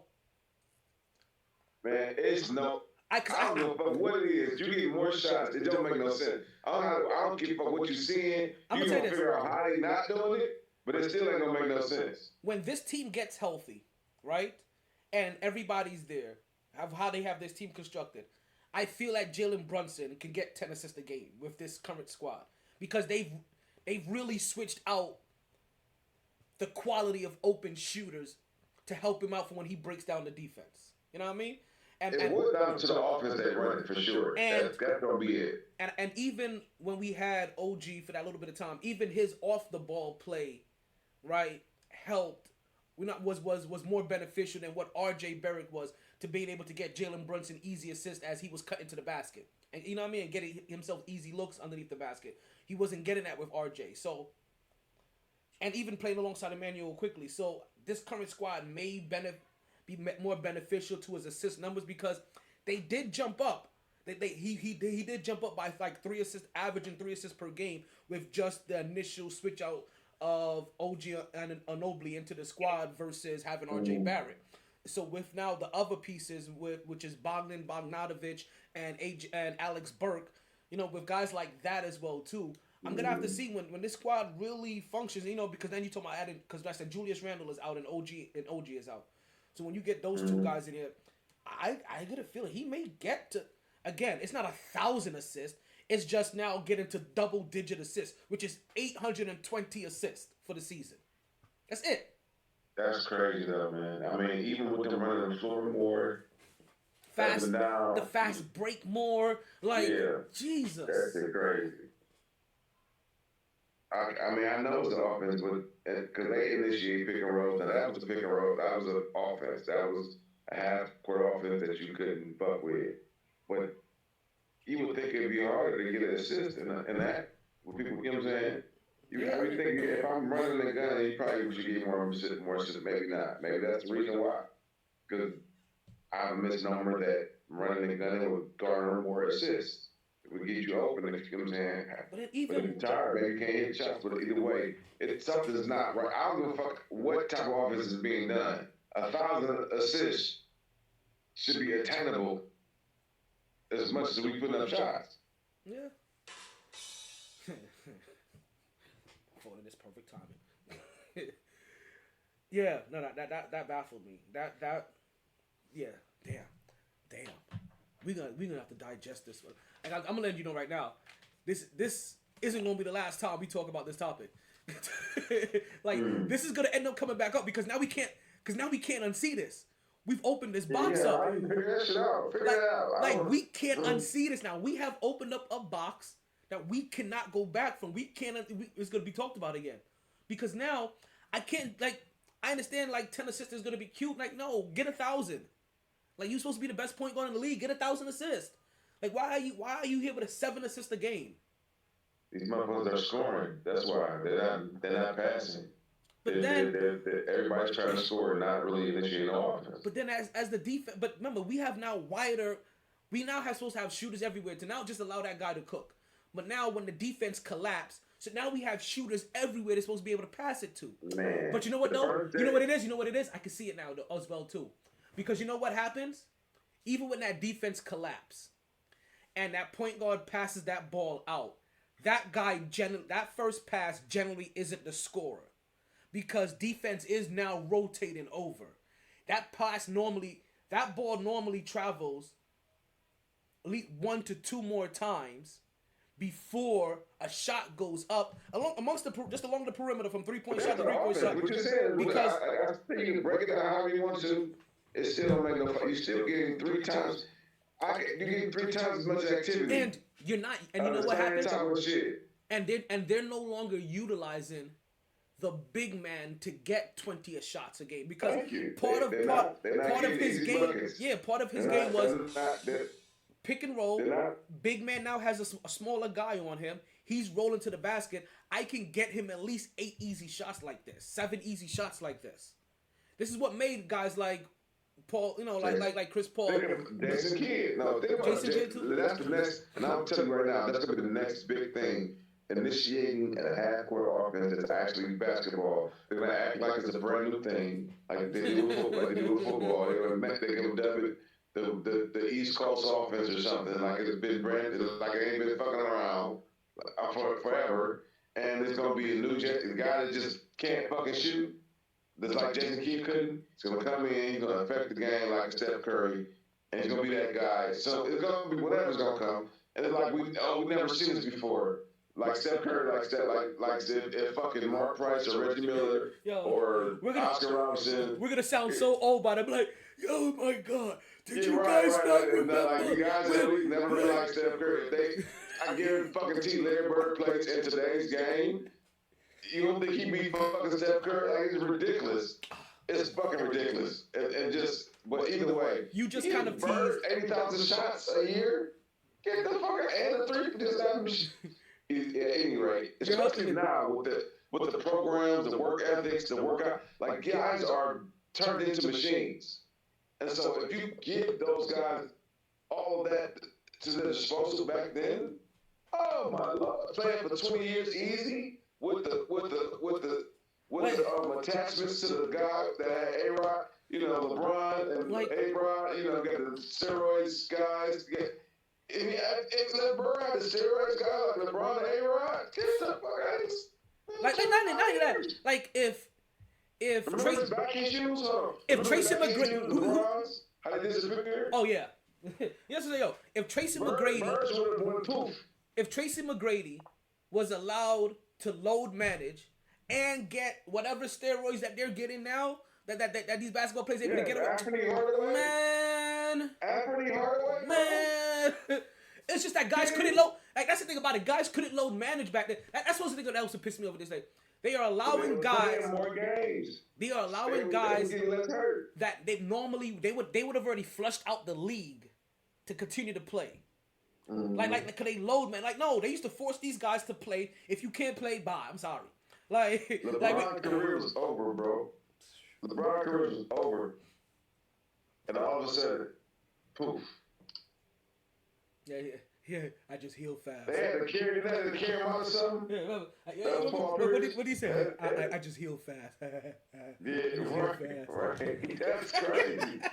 Like, that's the same. He was having the same problems Bird was having. I don't believe. Yep. And it just poof. He was having them, really bad back spasms. It was ridiculous. Remember, like one playoff series when we played against the Knicks, he barely got tapped, and he act like his back was broke. Like he pulled the whole Mike Tyson. Spinal. Yeah. Yo. So we're gonna talk about LeBron a little bit later, right? We gonna give him some roses later. Like I know it sounds weird coming from my mouth, but we gonna give him some roses later. I want to talk about couple of these young up and coming stars, right? One up and coming star very specifically, and that is Victor Wembanyama, right? Cause we're talking about phenoms, right? We've been talking about some phenoms for a second, right? Before we talk about him, I want to talk about his coach for half a second. He was dying, should have been. Yeah. But go ahead. How the fuck is Greg Popovich getting away with this? Greg Popovich is damn near tanking. Like, people don't see it. Like, Greg, he only plays this kid 28 minutes a game. Like, he barely played him in the beginning of the season. Like, so, and I get it. He's playing chess. He wants to get another high draft pick in here to pair with this guy, if he can. You know what I mean? Another young, talented guy that he can help. That shit don't work in the NBA, though. But I don't know. What's that? That shit ain't gonna work in the NBA. That's what I'm saying. I don't know how they let him get away with this. Because I feel like he's... I'm talking about, even with the lottery, that shit, I mean... But he just need another number one pick. Get another lottery pick in there. Some guy that maybe we don't see him coming. Who they starting from? I don't even know.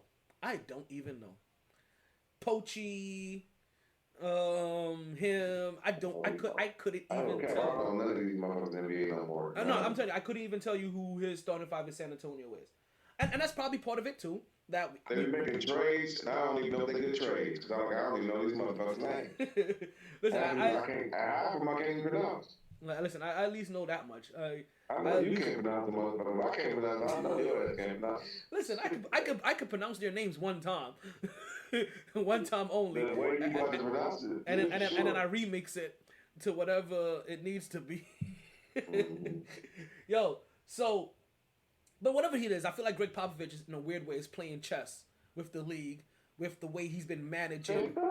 No, okay, it's not just I jest a little that he's fully tanking, even though I still kind of believe he is, but he has been managing Victor Wembanyama's minutes, and if he doesn't get Rookie of the Year, it's only because they feel like, one, he's on a losing team, right? Defensive Player of the Year, though.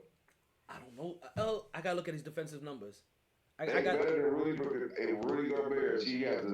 Oh yeah. Rudy Gobert. It is better than Rudy Gobert's and Rudy Gobert's defensive player of the It's year not season. It just passed a half a season. It was at a half a season. He could possibly get that. Maybe he missed out on Rookie of the Year. Maybe they give him Defensive Player of the Year because I can see them giving it to Chet. Who's the better rookie? Chet Holmgren. Now Chet Holmgren. Now, no, he's not better. That's the thing about it, right? No, Chet gonna be a motherfucker. He is. That's gonna be his trip tonight. What I'm telling you, Chet is a real motherfucker. What I'm telling you, that if you look at their numbers, they're fairly similar. He's more fluid too. He's not as tall, but he's 7'3". They're both about the same height, if I'm not mistaken. No, they're not. They're definitely not the same height. Wembanyama like 7'6" or some shit. Okay, so Wemby's 7'5" and he's 7'3". Is that what it is? Chet like 7'3". Yeah, like he's something like that. Either way, Chet is way more fluid. Like he's 7'1". He's 7'1". Okay, well that makes more sense then. He's 7'1", but that's gonna be his kryptonite. Like if Rihanna, he's gonna be like fucking, you know what Bill Russell was to Will. Like Chet. If anybody would be that guy, Chet will be that. Because he's coming in long as fuck, kind of the same body build, slightly shorter, and he's sits away. One thing if a man body, Chet is gonna be way more dangerous because he just got that fluidity, the skill level, just with the ball. and he got both of them got dog in them though. I'm proud of Wembanyama because he showed me he had dog, especially from that bad showing last year when he first came in the league and he had dog. He showed me that. Listen, okay, this is how we got to play. Like he learned. That's a valuable skill to see in somebody when they developing. See them get dog walked and they say, "Fuck that." This is what it's about to be. Y'all ain't about to be bullying me. You know what I'm saying? And he come back and then now he's this guy. He's early. Kind of like Scotty Barnes to the story how he used to get punked and he's like, fuck this. I just turned into this dog guy because I wasn't about to take this shit no more. When Beyond got that early, Chet had it in him already though from college. So we'll see. A lot of times those guys like the Dirks, probably even Luke probably had though. You know, Jokic probably had to learn to develop it. They have to develop that Americanized like, oh, this ain't we ain't friends type of shit. You know what I'm saying? Well, Luka and Jokic probably have it already because they a little bit rough over there. But you know, the France guys, they not always. You know, Tony Parker probably had to develop it too, but he got it, and we'll see. Yeah, I can see it. Like they're coming into, but they're both definitely coming into their own. And it's gonna be interesting to see when they both get their man bodies, like how they both kind of look, because they're both gonna go through a transformation. Like, it's gonna be interesting to see how they both transform and how their game progresses. But what I was saying is that they both kind of have similar numbers, but right now Chet Holmgren is playing way more minutes on average than he is, and obviously his team is a much better team. Yeah, you know what I mean? And his team's doing much better. So I can see them giving him. I wouldn't be upset if they gave it to Chet, but I'm looking at Victor's numbers and I'm thinking to myself, like, these are some ridiculous numbers that he is putting up. So I don't know if you heard this, right? And I'm gonna put this out there now. He's gonna fuck around and get a quadruple double one game. We are gonna see that from him. With blocks for sure. Because I don't know if you heard, he already had a game where he put up 10 blocks. Yeah, he already had a game. Yeah. So, and I'm looking at it and I'm like, yo, that was 27 points, 14 rebounds, 5 assists in 29 minutes. To go along with 2 steals and the 10 blocks. Like, that's the triple-double that he got. 27 points, 14 rebounds, 10 blocks, 29 minutes. That's about his average, about 28, 29 minutes, sometimes 24 minutes early on. All he had to do is add the assist. All he had to do is add the assist. And we are going to see everybody that's basically for everybody that's only seen this in 2K, right? Or NBA Live. Just be. I'll tell you, 2015, that's when they made that guy. And that's when they started building the archetypes that next year. Yo, I used they to had get to make them archetypes because they was making everybody 7 foot. Everybody making them be honest. And now that Wembanyama's here, 2K have to switch it up. They have to put him back. Listen, I used to get the quadruple double. You get the quadruple with your point guard. With a 6'5" point guard, right? You can make the 7. That point guard, you can make him 7'5", and he could do everything. So that's why they put the archetypes in, because people was maxing out everything at 7. There wasn't no reason to make a 6-foot player, because why would you do that if a 7'6" guy could do the same thing a 6-foot guy could do?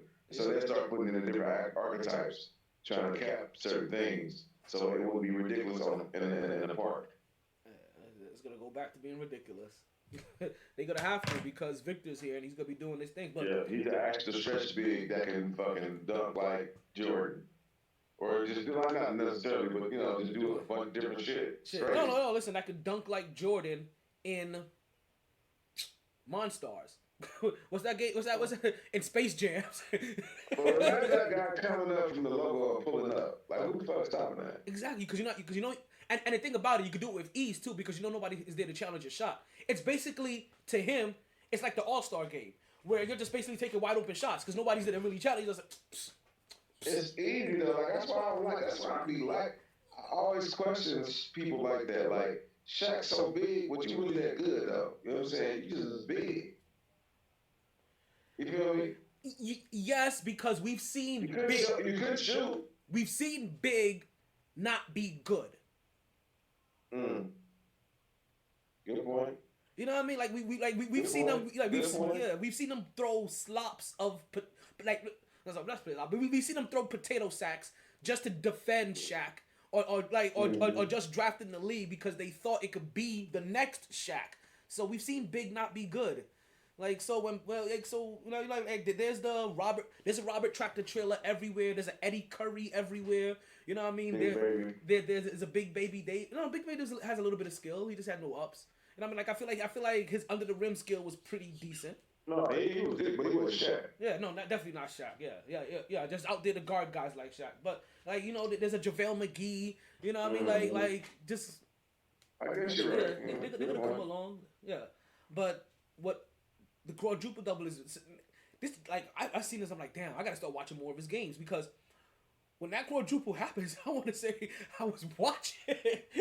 Like it's gonna happen, but I don't know if it's gonna happen this year though. With him barely getting 30 minutes a game. Like when Pop starts feeling like he's supposed to get like 35, 36 minutes. When he starts getting that's when I feel like it's gonna come. Right now, as long as he's playing under 30 consistently, I don't know if he's gonna break it. But to see 10 blocks in a game, when's the last time we've seen 10 blocks in a game? Is it Dwight Howard, or do we have to go further back to the Kembe Mutombo times? When's the last time we seen 10 blocks in a game? I mean, you probably seen 10 blocks in a game, and I don't mean Mutombo. Like maybe I don't know. They don't give a fuck about getting blocks. That's the crazy part. These motherfuckers is huge, and y'all don't get no blocks. That's just embarrassing to me, man. It might be. I feel like it's probably been a time though. I can't think of none, but it's maybe a Rudy Gobert type guy out there that did it. Maybe. I forget Rudy Gobert is out there somewhere. But I mean, not even him. Just like it's a guy that had a really good game, one game, and we probably have to Google it. I don't know, but somebody that got, it might be LeBron had a great, what I'm saying, one day or some shit. I don't know, some weird shit. I don't think LeBron. Like fucking. I'm not saying LeBron. I'm not saying him specifically, but yeah. Yeah, like a Boogie Cousins or something, or Anthony Davis, maybe. You know what I mean? I feel like Anthony Davis may have gotten. Somebody that just had a really good game might score 0 points with 10 blocks or some shit. See what I'm saying? A Serge Ibaka or somebody like that. Okay, let's see here if I can pull up the list of most blocks in a game.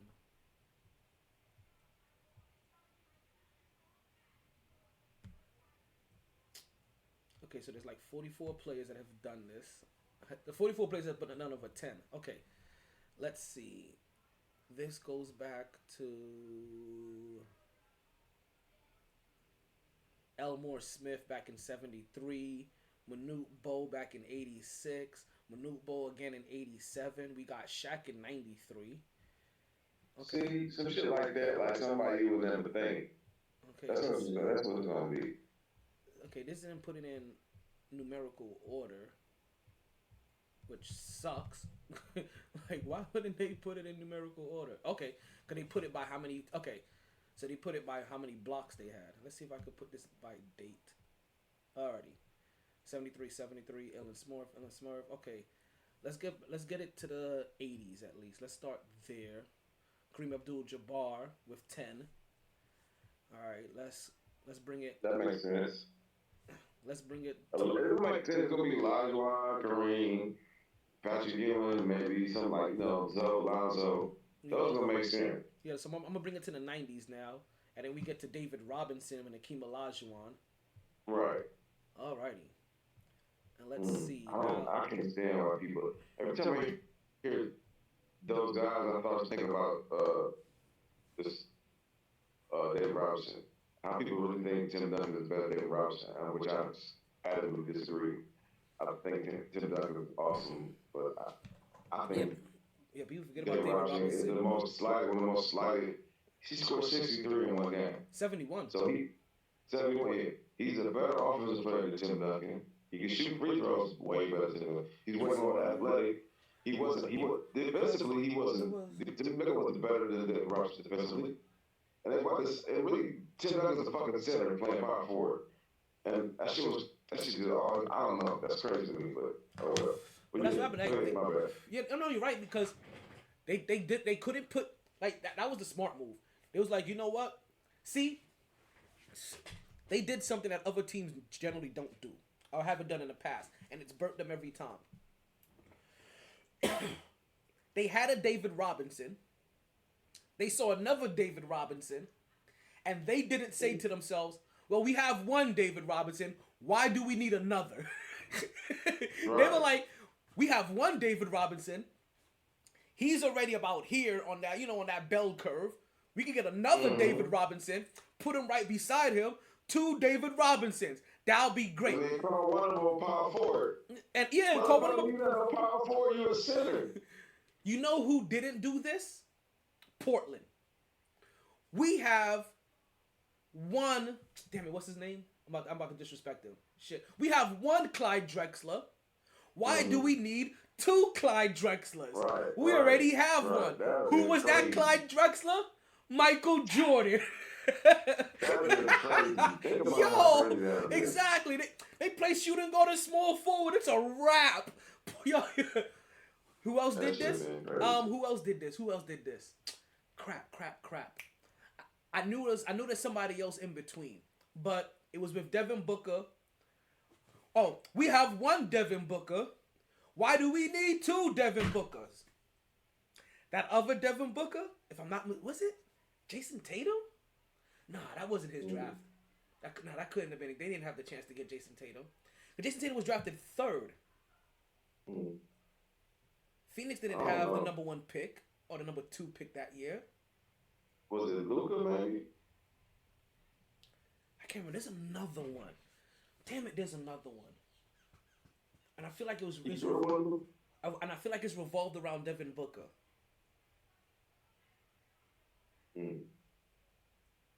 I thought it was Devin Booker and Jason Tatum. I really thought it was Devin Booker and Jason. I may have to look at Jason Tatum's draft to be able to decipher that one. But in the 2000s in blocks, double digits, Dikembe Mutombo. Keon Clark, let me see, that was 2000. Keon Clark did it from the Raptors, did it in 2001. See, you gonna get some shit, right. So let's move. Okay, let's. Amari Stoudemire. Keon Clark. What did I say? Keon Clark, that's fucking hilarious. Oh. We have Dikembe Mutombo again. Ben Wallace a couple of times. had over 10. 2002. Jermaine O'Neal 2003. Dikembe Mutombo in 2004. Calvin Booth in 2004. Along with Amari Stoudemire, Josh Smith. Andre Kirilenko, AK-47 from Utah Jazz, did it in 2006. Emeka Okafor, the guy drafted behind Dwight Howard, did it in 2007. Marcus Camby. Even Dwight Howard, we think Dwight Howard probably had it at one point. Oh yeah, we get into him because Emeka Okafor, along with the Marcus Camby, did that in 2007. Marcus Camby, along with Dwight Howard, did it in 2008. And then nobody didn't do that for 3 years until JaVale McGee did it in 2011. You mentioned this guy from Oklahoma City. He did this three different times in 2012, Serge Ibaka. We had Andrew Bynum also in 2012, along with Roy Hibbert, Larry Sanders.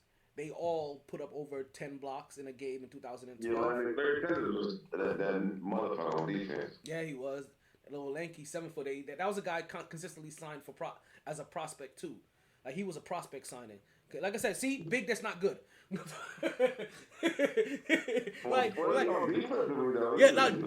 He committed on defense, but they can never get that offensive aspect out of him. They were trying to. They were just trying to turn him into a Roy Hibbert, and they couldn't turn him into a Roy Hibbert on offense. Right? Hassan Whiteside from the Miami Heat does it in 2015. That makes sense. So now we move into we're into the last decade. Nobody did it in 2014, but we're now officially into the last decade of people that have done this. Hassan Whiteside did it a couple of times in 2015.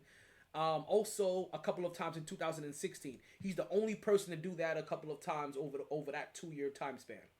Nobody else was putting up double digit blocks. Then we mentioned him, LA's own, but he didn't do this in LA. He did this when he was in New Orleans. Anthony Davis did it in 2018. Then Hassan Whiteside goes to Portland. He does it there again. And now, this is when things get interesting.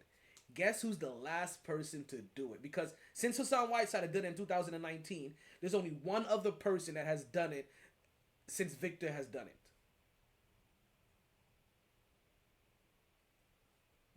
Still got you, Chill Will? You still there? DeAndre Jordan, maybe? No. Clint Capella. He blocked him. Oh, yeah, that makes sense. Clint Capella. How much time we got left? But I'm just saying, it would be somebody like that. Like, guy that's on 5 points, 10 blocks. You know what I'm saying? So that makes sense. There you go. So let's see. Who would have been a decent play that you're looking at him? Okay, I play both sides. See, because the center position has changed so much, you're not gonna get a lot of. So Anthony Davis may have been a two-way center at that time in New Orleans. They were demanding both from him. But Hassan Whiteside was strictly defense. He's the guy that has done it the most in the last decade. That's a trivia question. Who has put up most double-digit blocks in a game in the last decade? Hassan fucking Whiteside. Right? The decade before then, let's see here. Joakim Noah, one-way player. Larry Sanders, one-way player. Roy Hibbert. They were making a two-way. They were making a two-way player. Andrew Bynum, they wanted him to be a two-way player. Serge Ibaka, kind of one-way, but they still forced the game. The ball was still going down low enough, and he still had enough shot. He was still getting like 12 to 18 points a game. JaVale was one-way. So the last two-way, so Dwight Howard. There goes the last guy that was like an all-star level person to be able to put up double-digit blocks, and had not only the team on his back, but also an offensive load, really. Because before Dwight Howard, we're looking at Emeka Okafor and Andre Kirilenko. That's in 07 and 06. Amari Stoudemire in 04. Like that's how far back. So, because when you mentioned it, like it popped to me. Like, yeah, you're right. That we're probably gonna have some obscure person. I have no offensive responsibilities. I can get 5 points, or maybe like a guy like DeAndre Jordan, I get offensive rebounds. I put that back up. I get 10 points in the game. You know what I mean? But I have no real offensive. And again, the game has changed to a point where not a lot of centers have a lot of offensive obligations. We're looking at Giannis, if we're calling him a center, Joel Embiid, and Nikola. I'm gonna tell you something about him. He's become a personality now, like, and he used to be. He's kind of like Kevin Garnett. I was a big fan until I was not. Who are you talking about? Like Giannis. Like, he's becoming more like LeBron every day. And the shit is disgusting, man. He used to be kind of like refreshing. Now he's like a fucking diva, complaining diva, giving his brothers on who can't play, and it's just weird, man. He learning from the wrong people, I feel like, and but it's worked for LeBron to some degree. Well, you know what happened? His mentor died, and his new mentor is a jackass sometimes. Who's his new mentor? LeBron. Oh yeah. He went from Kobe to LeBron. Do everything the wrong way. By default, if you're LeBron, you're gonna win championships because you just got that. You're the most athletic player in the league with a high skill point. So you're gonna get some rings typically if you pair yourself with the right people. But man, with LeBron, if LeBron had pop from day one, that motherfucker had 10 rings probably by now. Oh yeah. If he and he can't see that because he feel like he's successful because he got 4. But he can't see it. We would never fire Paul. We never fire Paul Silas. You sit your ass on the bench. You take his coaching, whether it's hard or not, and we probably win. He has 8 rings. That'd be great. If he went to the championship 10 times, he's winning 80% of the times. With Greg Popovich. With Greg Popovich, we and then what ends up happening, I'm gonna tell you this: if he wins 8 rings 80% of the time, even though it's not undefeated or anything, people will look at him as better. Like really, it'll be hard to debate of him being better than Kobe, him being better than Jordan, because you will look at him being top 3 in assists.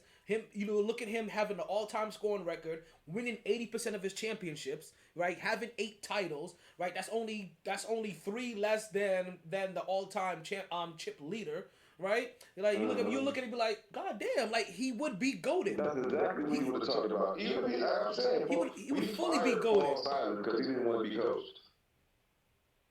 He didn't agree. We fired him. Listen, he almost fired Greg. Listen, the best thing that was ever from LeBron in his career to get him rings. Obviously, he attained a lot still without him. But man, that shit was crazy. I'm like, man, I was so happy we got everything we need, and then you know you worried about him re-signing. We got him now. This is his first fucking year. Let it play out. Just kind of like how Miami Heat did. We're not firing. Yeah, and that's what I was gonna say. Like he tried to get Spoelstra fired, and I tell people this all the time. If you're a anime fan or a storytelling fan, right? People, if without realizing it, that is the pivotal moment that solidified Heat culture. The moment who's supposed to be the next best player in the league, that whatever LeBron James was supposed to be, right? Whatever you was looking at it. If he couldn't get this coach fired, then that lets everybody know this coach is meant to be listened to. And that moment solidified Heat culture, because now it puts Eric Spoelstra in that position where now, hey, everybody comes there. Listen, LeBron James couldn't get this guy fired, so we all have to listen to him. It's just like when LeBron James could blow off the slam dunk contest. Well, if he could blow it off, shit, I can do it.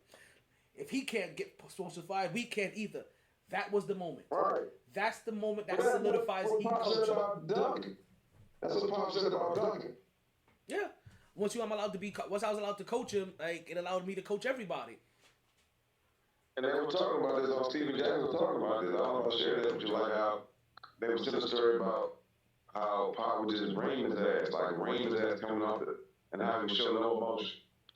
And he was like a good talk coach. Slap him on the ass and go out there and get back in the game after he's benched. Talk shit about Duncan, and then he go put up fucking 20 and 20 something. I mean, but he would never really show up. He would take it up, whether he was pissed or not. He wouldn't say shit. He would just take his coaching. And Stephen Jackson said, "Man, you gonna let him talk to you like that?" And he said, "Damn, if Tim Duncan let him talk to him like that, what the fuck? I can't. What I'm gonna say. But take the coach like you can't. What can I say? I can't do that." And he said, but he made him a better player, and he learned. And so that's what LeBron needed. And Shut the fuck up. You ain't the smartest player in the room. And that's what and when you can see that, that's how I don't understand how people don't realize how LeBron has tainted the league in 2 ways. When it comes to the slam dunk contest and when it comes to free agency. But he can't dunk though, bro. But he was supposed to participate. And try. He can't dunk though. Now, he ain't got that ball in his body. He not. See, I'm gonna tell you something. you understand? Let me tell you something. It's a big difference. Jordan, Kobe, these guys, they were. It's a reason why. Not that it's okay. But LeBron was always that nigga. He came up out the room 7 foot. You know what I'm saying? 6 foot. Wasn't he a fat boy when he was younger? Nah, he was. Maybe he was like a 10. Like, but by the time he was 13, he was 6 fucking 5. I don't think he was ever fat though. Nah. Either way, he was born. By the time he was in junior high, he knew he was going to the league. So that wasn't the case for Kobe or Jordan or some of these guys. Jordan had to develop that, and sometimes when you develop that, that's why you see players like what's the boy in Atlanta that game got no sense, or the boy in Washington, or a couple of these guys. Jordan Poole that developed later. Jordan Poole and what's up with Murray. DeJounte like Murray. These guys come into their own and they don't know how to receive. They don't have humility. They don't know how to receive it and they lean into it to become better. They lose it. Jordan knew how to hone it in and just keep going and keep going. Even though that's a sickness, Kobe. Family, everything, basketball first. Probably a horrible father, probably a horrible teammate, probably, you know what I'm saying? Basketball first, though. And then I develop, all right, now I can start developing and shoot the ball. I shoot the ball, get points, and then I start, I got to rely on my team. I had to learn that. He had to go through that maturation process where I'm that motherfucker. You know what I'm saying? I had to learn how to be that motherfucker, but then calm myself down so I can actually have everybody else around me and get to my ultimate goal by sharing and being a better teammate and being a better basketball player. And a lot of players, when they get it, like Harden, say James Harden, you know what I'm saying? Just become that guy and don't know what to do with it, don't know how to hone it in to where it can become full circle. And Jordan and Kobe did that, but a lot of guys can't do that, man. A lot of guys can't do that. And so, shit, LeBron ain't never had to do that. He never had that point to where I wasn't the man. I wasn't the center of attraction. This is a newfound fame. You know what I'm saying? I'm Jordan. I mean, this is newfound for me, so I'm going to get the big kid. I got a chip on my shoulder all the time because I wasn't that guy at one point. And I already remember that. That pettiness is not there that Kobe and Jordan had. Kobe mimicked Jordan's pettiness because that was his mentor, but Jordan had that real pettiness. Like, I remember high school, we didn't pick me up first in the team. LeBron never had that. He didn't even have to do that. He's never. And so that's why he don't have what Jordan had, because he's just not built in that pedigree, where he had to work his ass off to. He ain't even changed his game really. I mean, he did, but he ain't the best shooter. I mean, he can shoot, but he ain't got no signature shot like LeBron. He can't really still post up like that. He still can't shoot free throws, you know what I'm saying? Remember Jordan, a lot of shit that Jordan just couldn't do, he got better at. You know what I'm saying? It's just, Kobe couldn't play defense at first. You can't one of the best defensive two guards ever. So he ain't never, LeBron still can't play defense. I mean, at one point he was athletic, so he, you know, but he never was, you know, how do you the most athletic player ever, if we were saying never had a defensive player of the year award, not even once. So that's all that's Brian never had to do that, man. He's a different pedigree guy. And he did it his way. But if he was in Jordan's way, but you gotta have a drive for that. You gotta have a sickness for that. He ain't got it. Oh well. I think I know why you couldn't hear. No, but why couldn't he hear? Never mind. Sorry. Something just kind of came to me for half a second. I mean, but it maybe. Yeah, it was on Podbean again. Yeah, again. It's probably going off by now. I reset the Podbean already. So we'll continue to see how that works. It's still kind of crazy how you couldn't hear from Podbean, but I don't know. It's not always perfect, but as long as the main feed captures it all, like I said, I'll come back, I'll listen, and we'll see. Okay, so I'm glad we talked about LeBron, right? Because this probably be the last thing that we talk about for today, unless we just break into something side piece. No, So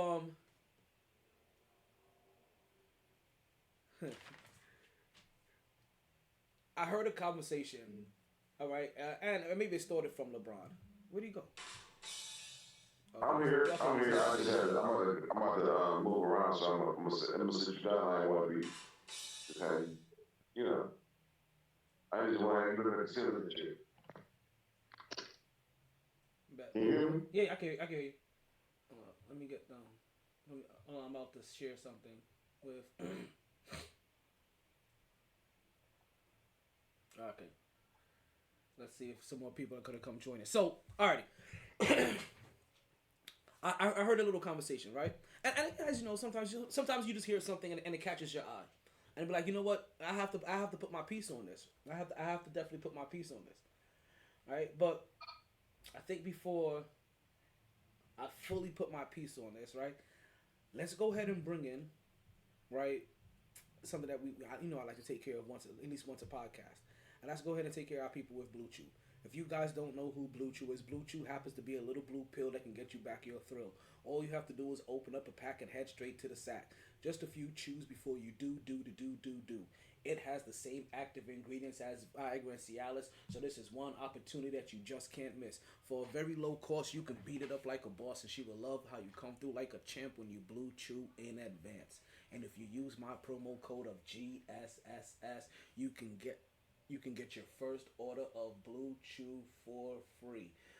And when we talk about free, we're talking about for the free. The only thing that you have to do is pay for your shipping and handling. And listen, take care of your postal workers. Okay, that's all that means, right? So and it's real simple. And it's real simple. It doesn't matter if you need it. It doesn't matter if you want it. It doesn't matter if you listen. If you suffer from whiskey dick, if you suffer from actually ED, if you just want to make sure that you do all of the things that you said that you're gonna do in her DMs, Blue Chew is for you. Doesn't matter what kind of style that you like. Whether you like it missionary style, you like it doggy style, you like it jackhammer style, if you like it Amazon style, right? It does not matter, right? You have a Blue Chew for you, and then you can do it however you like to do it, because when it comes to Blue Chew, there's only two instructions. You chew it and then you do it.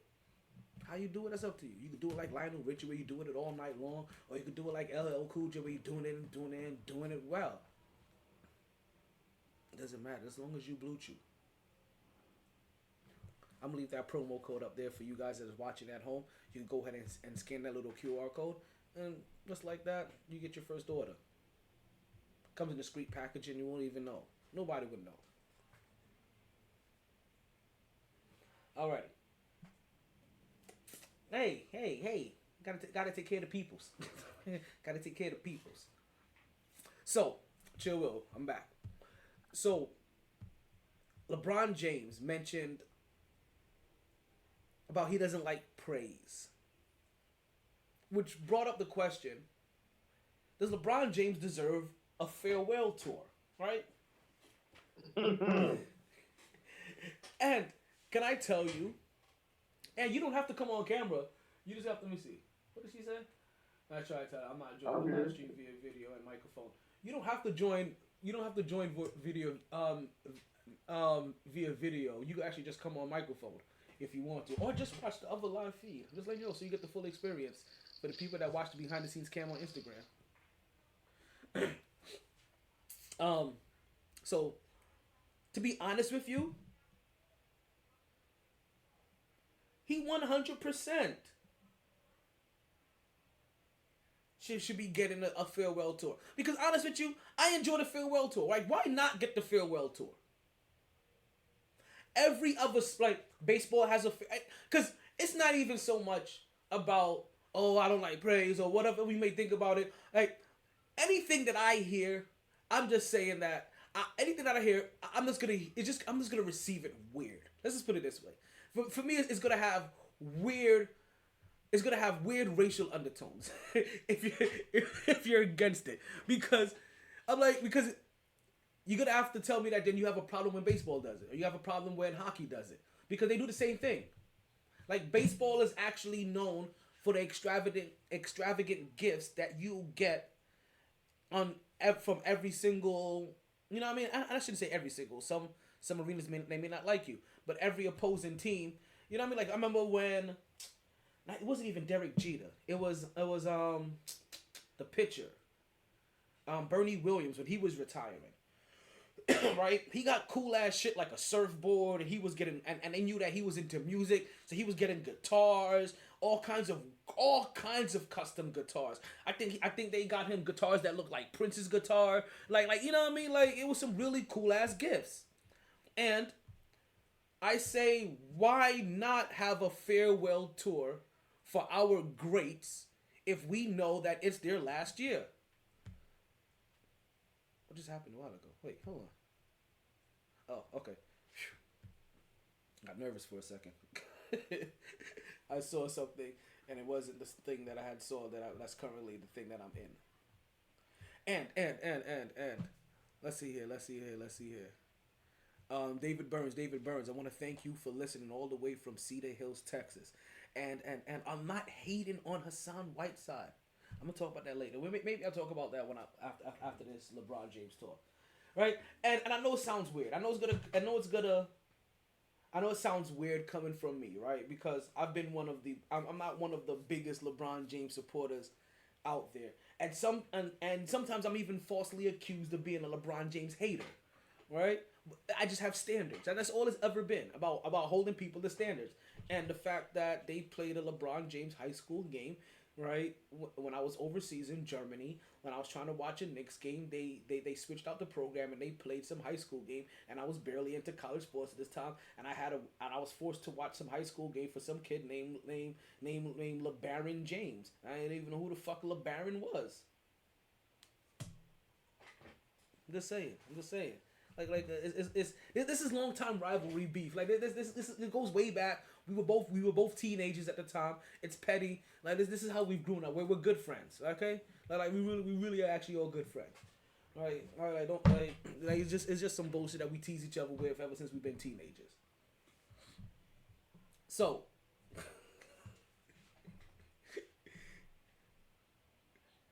If LeBron James says, "Hey, this is my final year," and he's planning on retiring, and I fully believe, and this is me as a Knicks fan, right? Because that's what the people like to throw in there for the reason why I don't like LeBron James. So let me let you know that this is me as a Knicks fan saying that yes, in his last year, when he passes through the Garden, they should give him some, one of the players should present him with some kind of whatever. I don't care if they present him with a Burger King crown. I want to see what each arena decides or each team decides to give LeBron James as a going away present. Whether it's something real or even if it's a gag gift because they can't stand his ass. Give him something. But I would like to see it. And I would like to see it more in basketball. I know. Listen. We know Kobe had one, right? Was it Kobe or was it Dwayne Wade? They both may have had one. No, but I know it was Kobe. It was Kobe.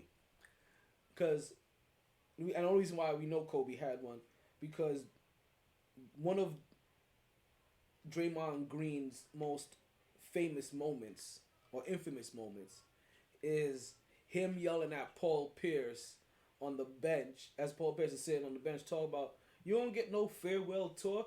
They don't love you like that. What, you thought you was Kobe?"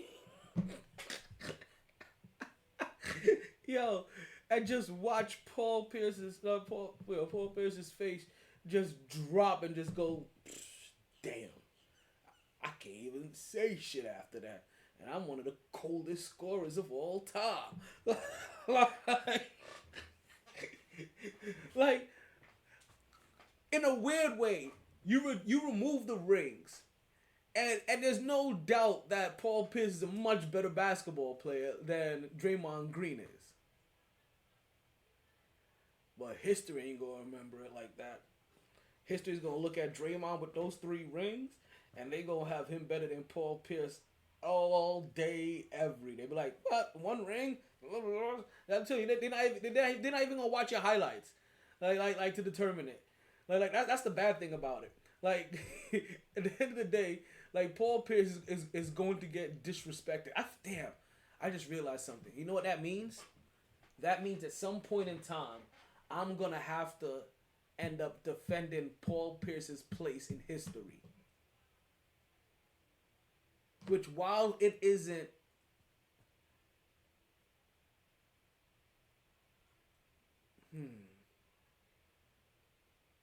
one of the most iconic stories out there, one is a story that is a basketball story. It's a hell of a basketball story, right? From the on-court stuff to the stuff on-court, right? But to him being one of the, like, damn, like I'm telling you, there was a point in time, as much as I hate to say it, that when it came down to like a final shot or a shot or the shot coming down to the end of the clock, right, coming down to the wire, like Paul Pierce had one of the coldest shots. But also, at some point in time, the league became a little bit easier. He didn't have the Ron Artest to deal with anymore.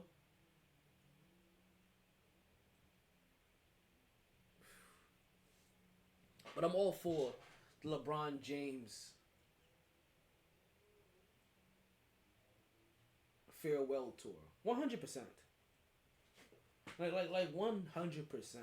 There's no listen, I have 100% of the time said that he is one of the GOATs of this era. I don't know. I don't believe that this is his era. He should still get a farewell tour. The same way I believe that the person whoever this is, who is Stephen Curry, deserves one as well. Like when Steph retires, he decides like, yo, I'm done. I'm done shooting. Right? I've made 50,000 3-point shots. Like however how many I made 15,000 3-point shots. I'm done. I can't shoot anymore. They're like, yo, my arm is arthritic. Like I had to put a metallic device in here just to help it hinge anymore out. Like the whole tennis out. Like I wanted when he's finally done doing all of that, you know, the shimmies and the bows and the turnarounds. I would like to see Stephen Curry get a farewell tour. There's a couple people I like to see get a farewell tour. Right? I hope Damian Lillard wins a championship, gets a farewell tour. Right? Giannis get a farewell tour. For as much as he's boring as shit, right? Nikola Jokic get a farewell tour. Yeah, this next one's gonna be hard to digest. I like to see Kyrie.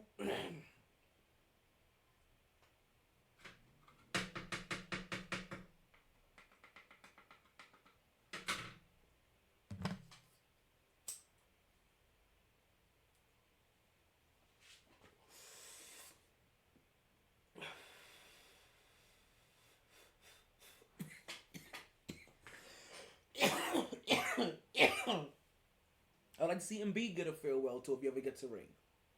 I like to see Kyrie get a farewell tour. Damn.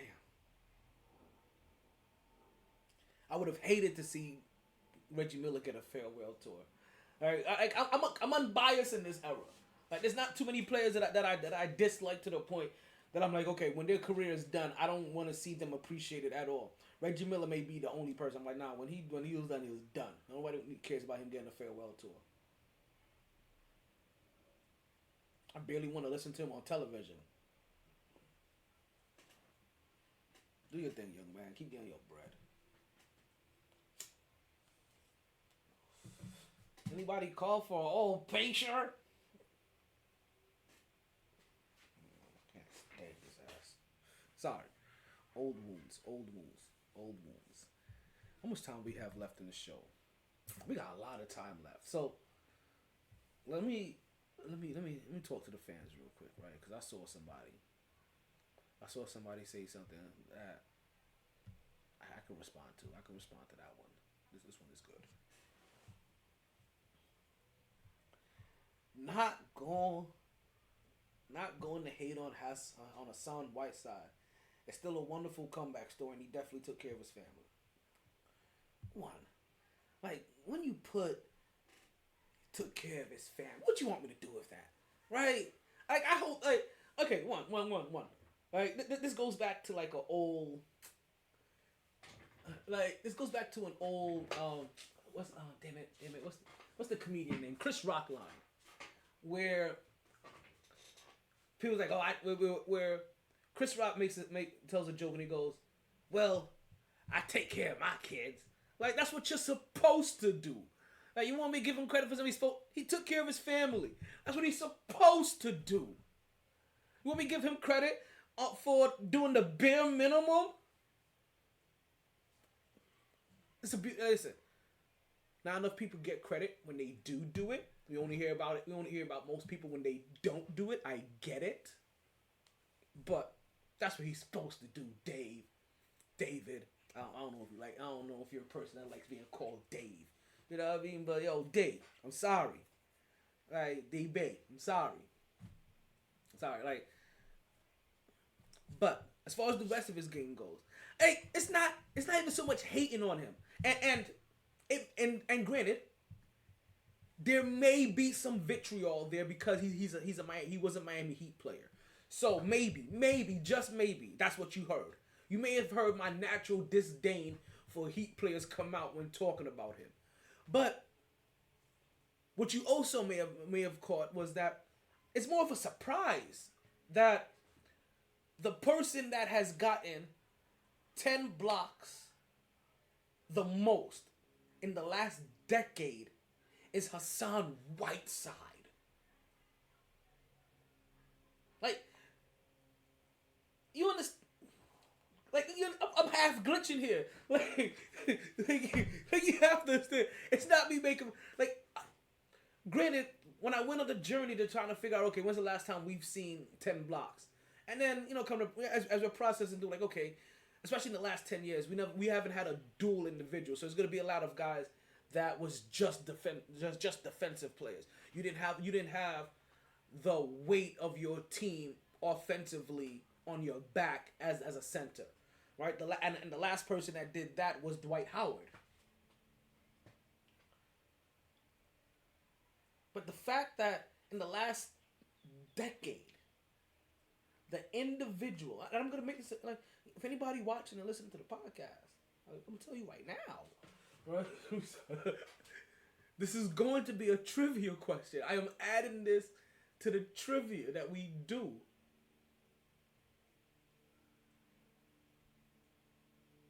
The person to have the most blocks, double-digit blocks, in the last 10 years is Hassan Whiteside.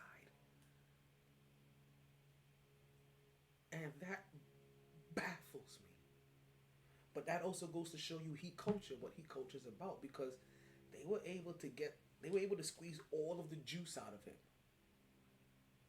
And listen, that stretch right there is most likely, right? Not even most likely, but is part of part of the reason why the Miami Heat still gave him $100 million contract. I think it was $100 million contract, right? They still signed him to one of those giant contracts, because it's like, hey, this is what we see. Nobody else is doing this in the league. We have the guy that's doing this. We could get him off Twitter and not realize, what was it, Snapchat at the time. Not realizing this is just part of the culture now. But ultimately it was a focus issue. And they feel like he wasn't focused enough for their standard. Right? And you see how everybody is on this Heat squad. You see what he coaches about. Nothing goes down in Miami without Pat Riley knowing about it. Like, you guys are wilding. We know the Don from New York. That's the reason why we're so pissed off that he left and what came to Miami. That's when this rivalry began. Thank you. So it's not even so much like I can't hate on Hassan Whiteside. I mean, I can, and I do, and I will. But this double-digit feat of his is not surprising. It's the surprise is not that so much that it's him. It's that it's him. Is that nobody else is doing it. Like, out of all of the defenders and one-way defensive players that we've got that has just been responsible for blocks, rebounds, and easy putbacks and pick and rolls, that none of you fucking had 10 blocks in a game. Like, you see how often it was previously. Like that's what we would do. But this is the center position. This is how, when we start looking at at certain positions and their digression, right? Like, this is the center position. You either one way on defense, right? Like even Joel Embiid as a two-way player is nowhere on the list for double-digit blocks in the season. Neither is Giannis. Anthony Davis made it. Anthony fucking Davis made it. Sorry, Anthony Davis. I'm sorry. It wasn't Dwight Howard. The last person is Anthony Davis. So yeah, I just find the list weird. But again, this is just the second of list of things that we've realized today on the podcast. It's not just Hassan Whiteside having the most double-digit blocks in the last decade, but realizing that we've come to a point in the league where we're putting up, and depending on what era of basketball you started watching at, we're putting up 2 to 3 times as many shots as they were before, and no point guard has broken 1,000 assists yet. Like the assist numbers are going down from the point guard position, while shots are going up at an alarming rate. Basically, if we had to really judge shots to assist, it would almost be like income to rent and housing adjustment. Like it's going that crazy.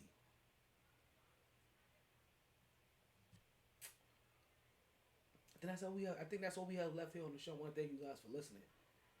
We've been here for almost 3 hours now. It's about 2 hours and 30, 40 minutes. Thank you guys. Seeing you guys come in and out, listen. Don't forget, we will be back live tomorrow, live from Sharky's. So if you're listening locally, you could come down local. You could come down to your local bar, Sharky's Bar and Grill over on Royal Palm and it has 2 names: Pine Island or Coral Ridge, whichever one you know it has. All right, it has 2 names. So you come to Sharky's Bar and Grill. You can come join the show. We'll have trivia. We'll have sports. Listen, I'm gonna talk about a couple of these topics again, right? Only because when you have a live studio audience, I like to get them involved in certain topics and conversations. All right.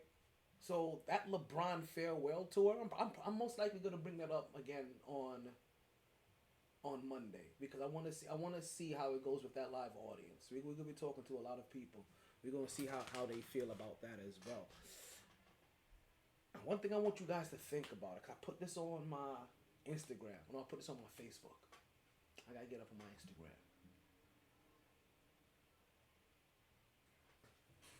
Cause I think I want to bring this into Monday's show. So even whether you're listening live, you're gonna come join us live. If you had to give one NBA player a ring before they retire because you thought they were gonna retire probably in the next 5 years. If you had to give one player a ring over the next 5 years that you thought would be retiring, and a ringless player at that, what player would you want to get a ring? What players would you want to get a ring? So any ringless player, right, in your eyes you feel like, damn, they getting kind of up there in age. I think they need to get a ring in the next 5 years, or else they may not get a ring. So you only get 5 players. What 5 players would you pick? You only can give 1 ring per year. Now, I can tell you very much so, and I don't know if he's officially retired. My number 1 guy is still Carmelo Anthony. If he's still eligible, my number 1 guy is still Carmelo Anthony. I'm still trying to figure out the eligibility on my number 2 guy, and I'm gonna figure out. And both of those guys, I'm gonna have to figure out because these are sleeper guys, right? That you might even think of. But this is why these things pop in my head, and I'm gonna also let you know why these things pop in my head, right? I play a lot of 2K, right? I play a lot of 2K, right? I'm going for my 4th back. I'm going for a 4-peat right now, right? I try to squeeze out a lot of games before the new one gets out, and I think this one I'm gonna hold on to for a while. Right, see if I can get like double-digit rings. I may not buy another new 2K for at least 2 years, maybe 3 years. We'll see how I feel. I may stay here for a while, just relax and chill. But there's always a player, like a veteran player, I like to grab on my team to make sure that they get a ring before they retire. This is where this question kind of derives from, right? So, and this has always been a thing of mine. So, one guy I always go for, first thing, I don't care where he's at, if he's a free agent or if he's on another team, get me Carmelo Anthony. I'm going to make sure Carmelo Anthony gets himself a ring before they retire him out of NBA 2K. And then I realized, you know what? After you get Carmelo his ring, then who? Then what? Like, there's a couple of players you can see, because you know they ain't going to get a ring while you're in the league. Right, if you play NBA 2K, right? So now they're stuck. So now you have to get them a ring. So what players am I like? Yo, okay, I'm gonna have you join this squad, so I can get you a ring. You can go ahead and retire next year. I don't need you. I gotta get somebody else that's ringless. I think it's gonna be great. Who are these guys? And I know there's a lot of names. I know there's a lot of names that are gonna pop up. I have an idea, right? Like I said, I say Melo, right? But I have to check Melo's eligibility, right? If Melo has officially put in his retirement papers, right? Because my first two players that I think of, I'm not quite sure if they still have eligibility status in the NBA, right? They may officially be out. I know there's no team that's gonna officially sign them ever, right? Unless they really just sign them at the tail end just to give them a ring or whatever. But yeah, I know there's no NBA team that's gonna sign them, but I don't know if they're still eligible to play in the NBA. So that's gonna be the tricky part about it, because that's where my two top guys, like I said, Melo is one of them, right? Kind of fall into now, right? It's if they're still eligible per NBA standards. But I already know one name that's gonna pop up. I already know one name that's gonna pop up for a lot of people. And you're gonna have 5 choices, right? Yeah, there's 5 names for you. And I guarantee you, right? And I'll bet on it, right? I'm telling you, I'll bet on it. 90% of the people. I'll bet on 90%. But I guarantee, I'll go as far as say 95%. I'll go as far as even say 97% of the people are gonna have Chris Paul on their list. Guarantee.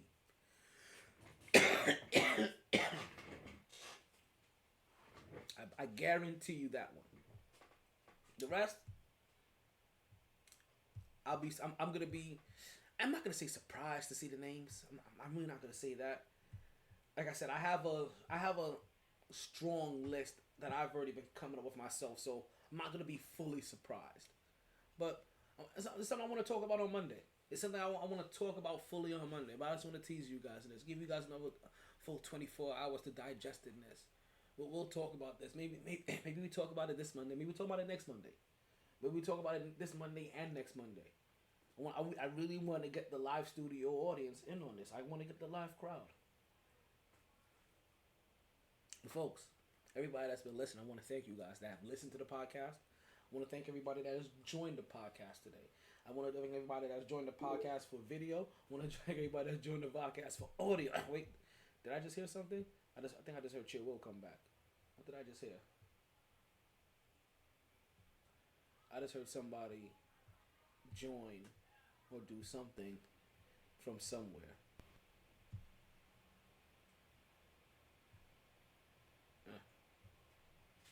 Okay, so I was saying, all right, everybody that's joined the podcast via video, right?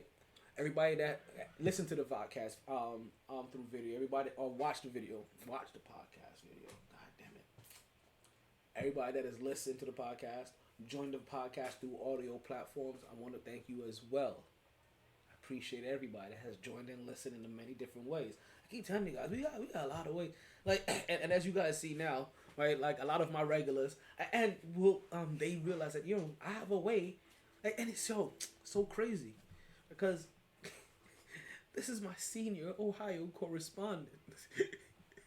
He didn't even know that we had a back channel way for him to get in here on video. Like, they didn't realize that for the last how long we been doing this, dude? You guys restream? It's been 2 years now, easily, maybe 3. It ain't been since season 7. Let me stop bugging. We're on season 9. It's been at least since season 7. At least since season 8. We're on season 9? God damn, we're on season 9. I'm gonna let you know, guys. I may retire after next year. We'll see how I feel about this. We'll see I don't know. Maybe right after. Well, I don't know. Like I feel like I'm getting close to retirement of my podcast. It's been 10 years. 10 years of this. Like, y'all knew me when I had no hair. Like, you knew me when I was just rocking a Caesar. Like, I've watched old podcasts and see how, like, yo, every time YouTube, TikTok, Facebook, whoever it is, right? The only one that never blocks a video is X or Twitter, right? Anytime they block a video, I look at it and I'm like, how old is... I wonder how old it is based off the length of my hair. I'm like, how old was this? I'm like, okay, it looks like the dye was still fresh in this one, and it was going through the straight length. Like, oh no, you had the porcupine look on that one. It was just straight spikes. Like, oh no, they're starting to droop a little bit there. Like god damn, like where are you guys going back to? Like, oh, I didn't even have locks in that one. yo, they be ridiculous. They be ridiculous. I promise you, I get banned, right, or suspended off of Instagram. Why I feel like I'm smelling pepper spray? Maybe the weed have bun matured a little. Alright. But I feel like I get banned about every other month from Instagram for about a week or so. I really do. It happens all the time. You guys have no clue. I get banned about once a week. It's crazy. It's crazy. Like, I literally have a folder called respond to or share after banned. I've been banned a couple times on Facebook too. Apparently, I can't talk the way I used to talk on Facebook. Like they got new rules in their HR department, and I have to learn how to be a little bit more friendly. Listen, can I be wilding sometimes on Facebook? I'm not gonna lie. Like, people don't realize that shit. Like sometimes I just be on it like, you know what? Let me troll somebody. Like, I do. I just be dropping bombs in places and just wait for like to bring. I'm like, oh, let me see what response that is that I set people off for. Like, some of them I really just be wild. Some of them, like, I'm fully behind. Like, you know when I'm wild or not. Some of them I just be like, yo, like, when was this? One time they said it was one of those memes, right? And was talking about Larry Bird. And it had Larry Bird saying some outlandish line. He was talking shit, right? And I went underneath there and I was like, Larry would never say that. Knowing damn well this is the same man that walked into a 3-point contest and said to the whole room, okay, who's coming in second? Set them off. But you have to understand though, I do this to my... I shouldn't even say this out loud. Right, I'm about to indict myself. Fuck it, we sharing it. It's only you and I to the day we die. I do this in some of my chat. I do this in my Knicks chat group. But like, I'll mention like a player or former player that's doing well or something that they did, knowing that it's gonna get the yo, fuck this guy. He's not even.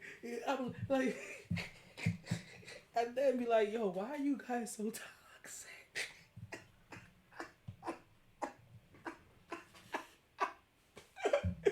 I'm sorry.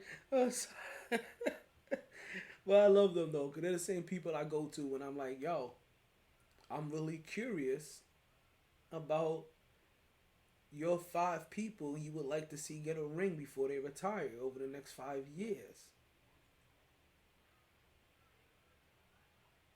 And like I said, I got a strong feeling. I got a strong feeling for a lot of the names. Like I said, I know that name's going to pop up, right? I know that name's going to pop up. I've seen that name already. I knew that name was going to pop up. I got a feeling his name's going to pop up as well, too. And every person I'm putting on, I feel, when I say they're going to pop up at least 80% of the polls. And then, yeah, I think there's going to be at least 4. And I'm missing a 5th very popular one. I know I have a very big feeling I'm missing a very 5th popular one, but I know of 4. Maybe I know 4 because I'm thinking of it, but no, I actually have 6 in my head. I'm bugging. Right? And there's a couple more, but see, I don't know if other people will put them in their list. Like, there's a couple other guys I have a suspicion about. Like, if I asked, like put it this way, I know there's a couple of former Toronto Raptors. If I ask a couple of Canadians, right, maybe I will, right, that they'll probably put a couple of these former Canadians in there that I know that haven't won a ring. So, but I don't expect to see his name anywhere else. I don't know. So his name. So I know about definitely. There's gonna be 4 very popular people that is gonna come up on this list.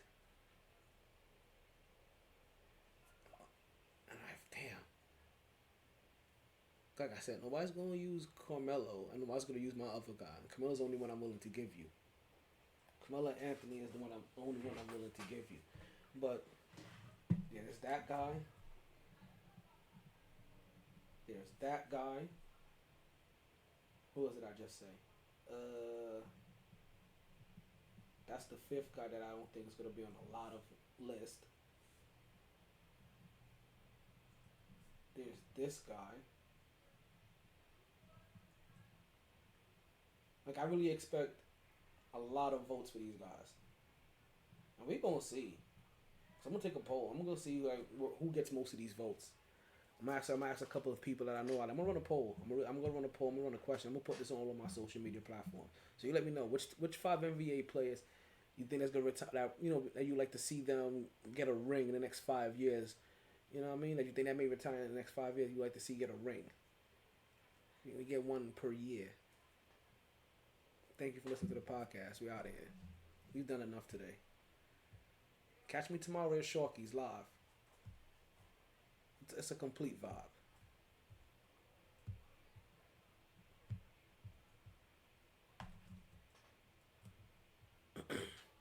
Videos off? Alright, good. What about the audio? Still got the audio running? Fuck it. How much time we got left on the audio? Got like 5 minutes on the audio? Video cut? Okay. That means I can take these pants off? Alright, fuck it. I'm gonna take them off. Listen, audio can get audio. There goes the 5-minute marker. Yeah, I'll give them. We can do 2 more minutes. Right? Chill here for a minute. A little bonus material. Make it an even 3 hours. Appreciate you guys listening to the podcast again. If you want to come through and catch this show live, we do this show live every single Monday from Sharky's Bar and Grill. It's good food. Get something to drink. Right, there's trivia. I do some trivia, and the trivia is really has a local spin on it. So you're always gonna catch something Disney or something Miami Heat, Darlings. Like I said, it's gonna always have some kind of Florida spin, Florida trivia, things like that, right? As well as some sports. And it's always gonna have those kind of things. But we do trivia, we give prizes away, we do all that. You know, everything is good. Everything is Gucci over here. Right? Don't forget to like, share, and follow the podcast. You know, we're everywhere.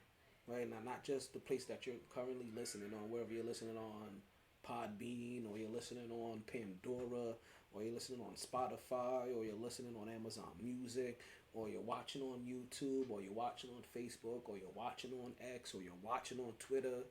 Like, it doesn't matter where you're watching at, like, or where you're listening at. Right? Go ahead. What you want to do, go ahead and like.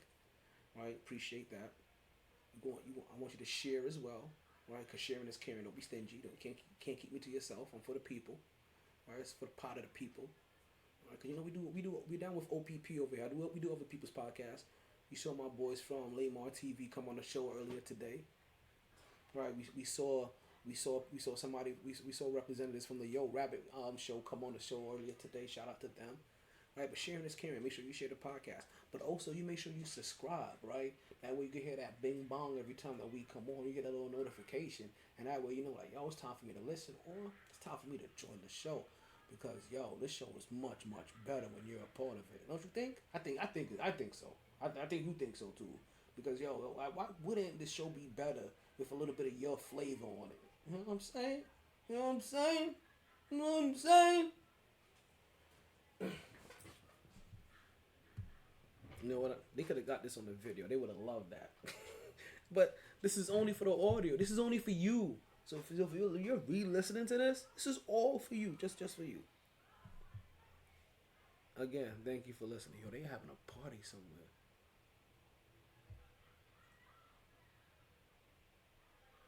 Is that my neighbor? Is that? Hey, yo, I gotta go see what's going on. I'm about to go crash. Alright, MyT Sports Podcast. Talent Omar Taylor. We had Chill Will in the building. We had Marlon in the building. We had Rabbit in the building. Yo, shout out to everybody. Yo, even all the way from Texas, we had David Burns in the building. Everybody, yo, shout out. Appreciate you guys listening. One love. One love. One love.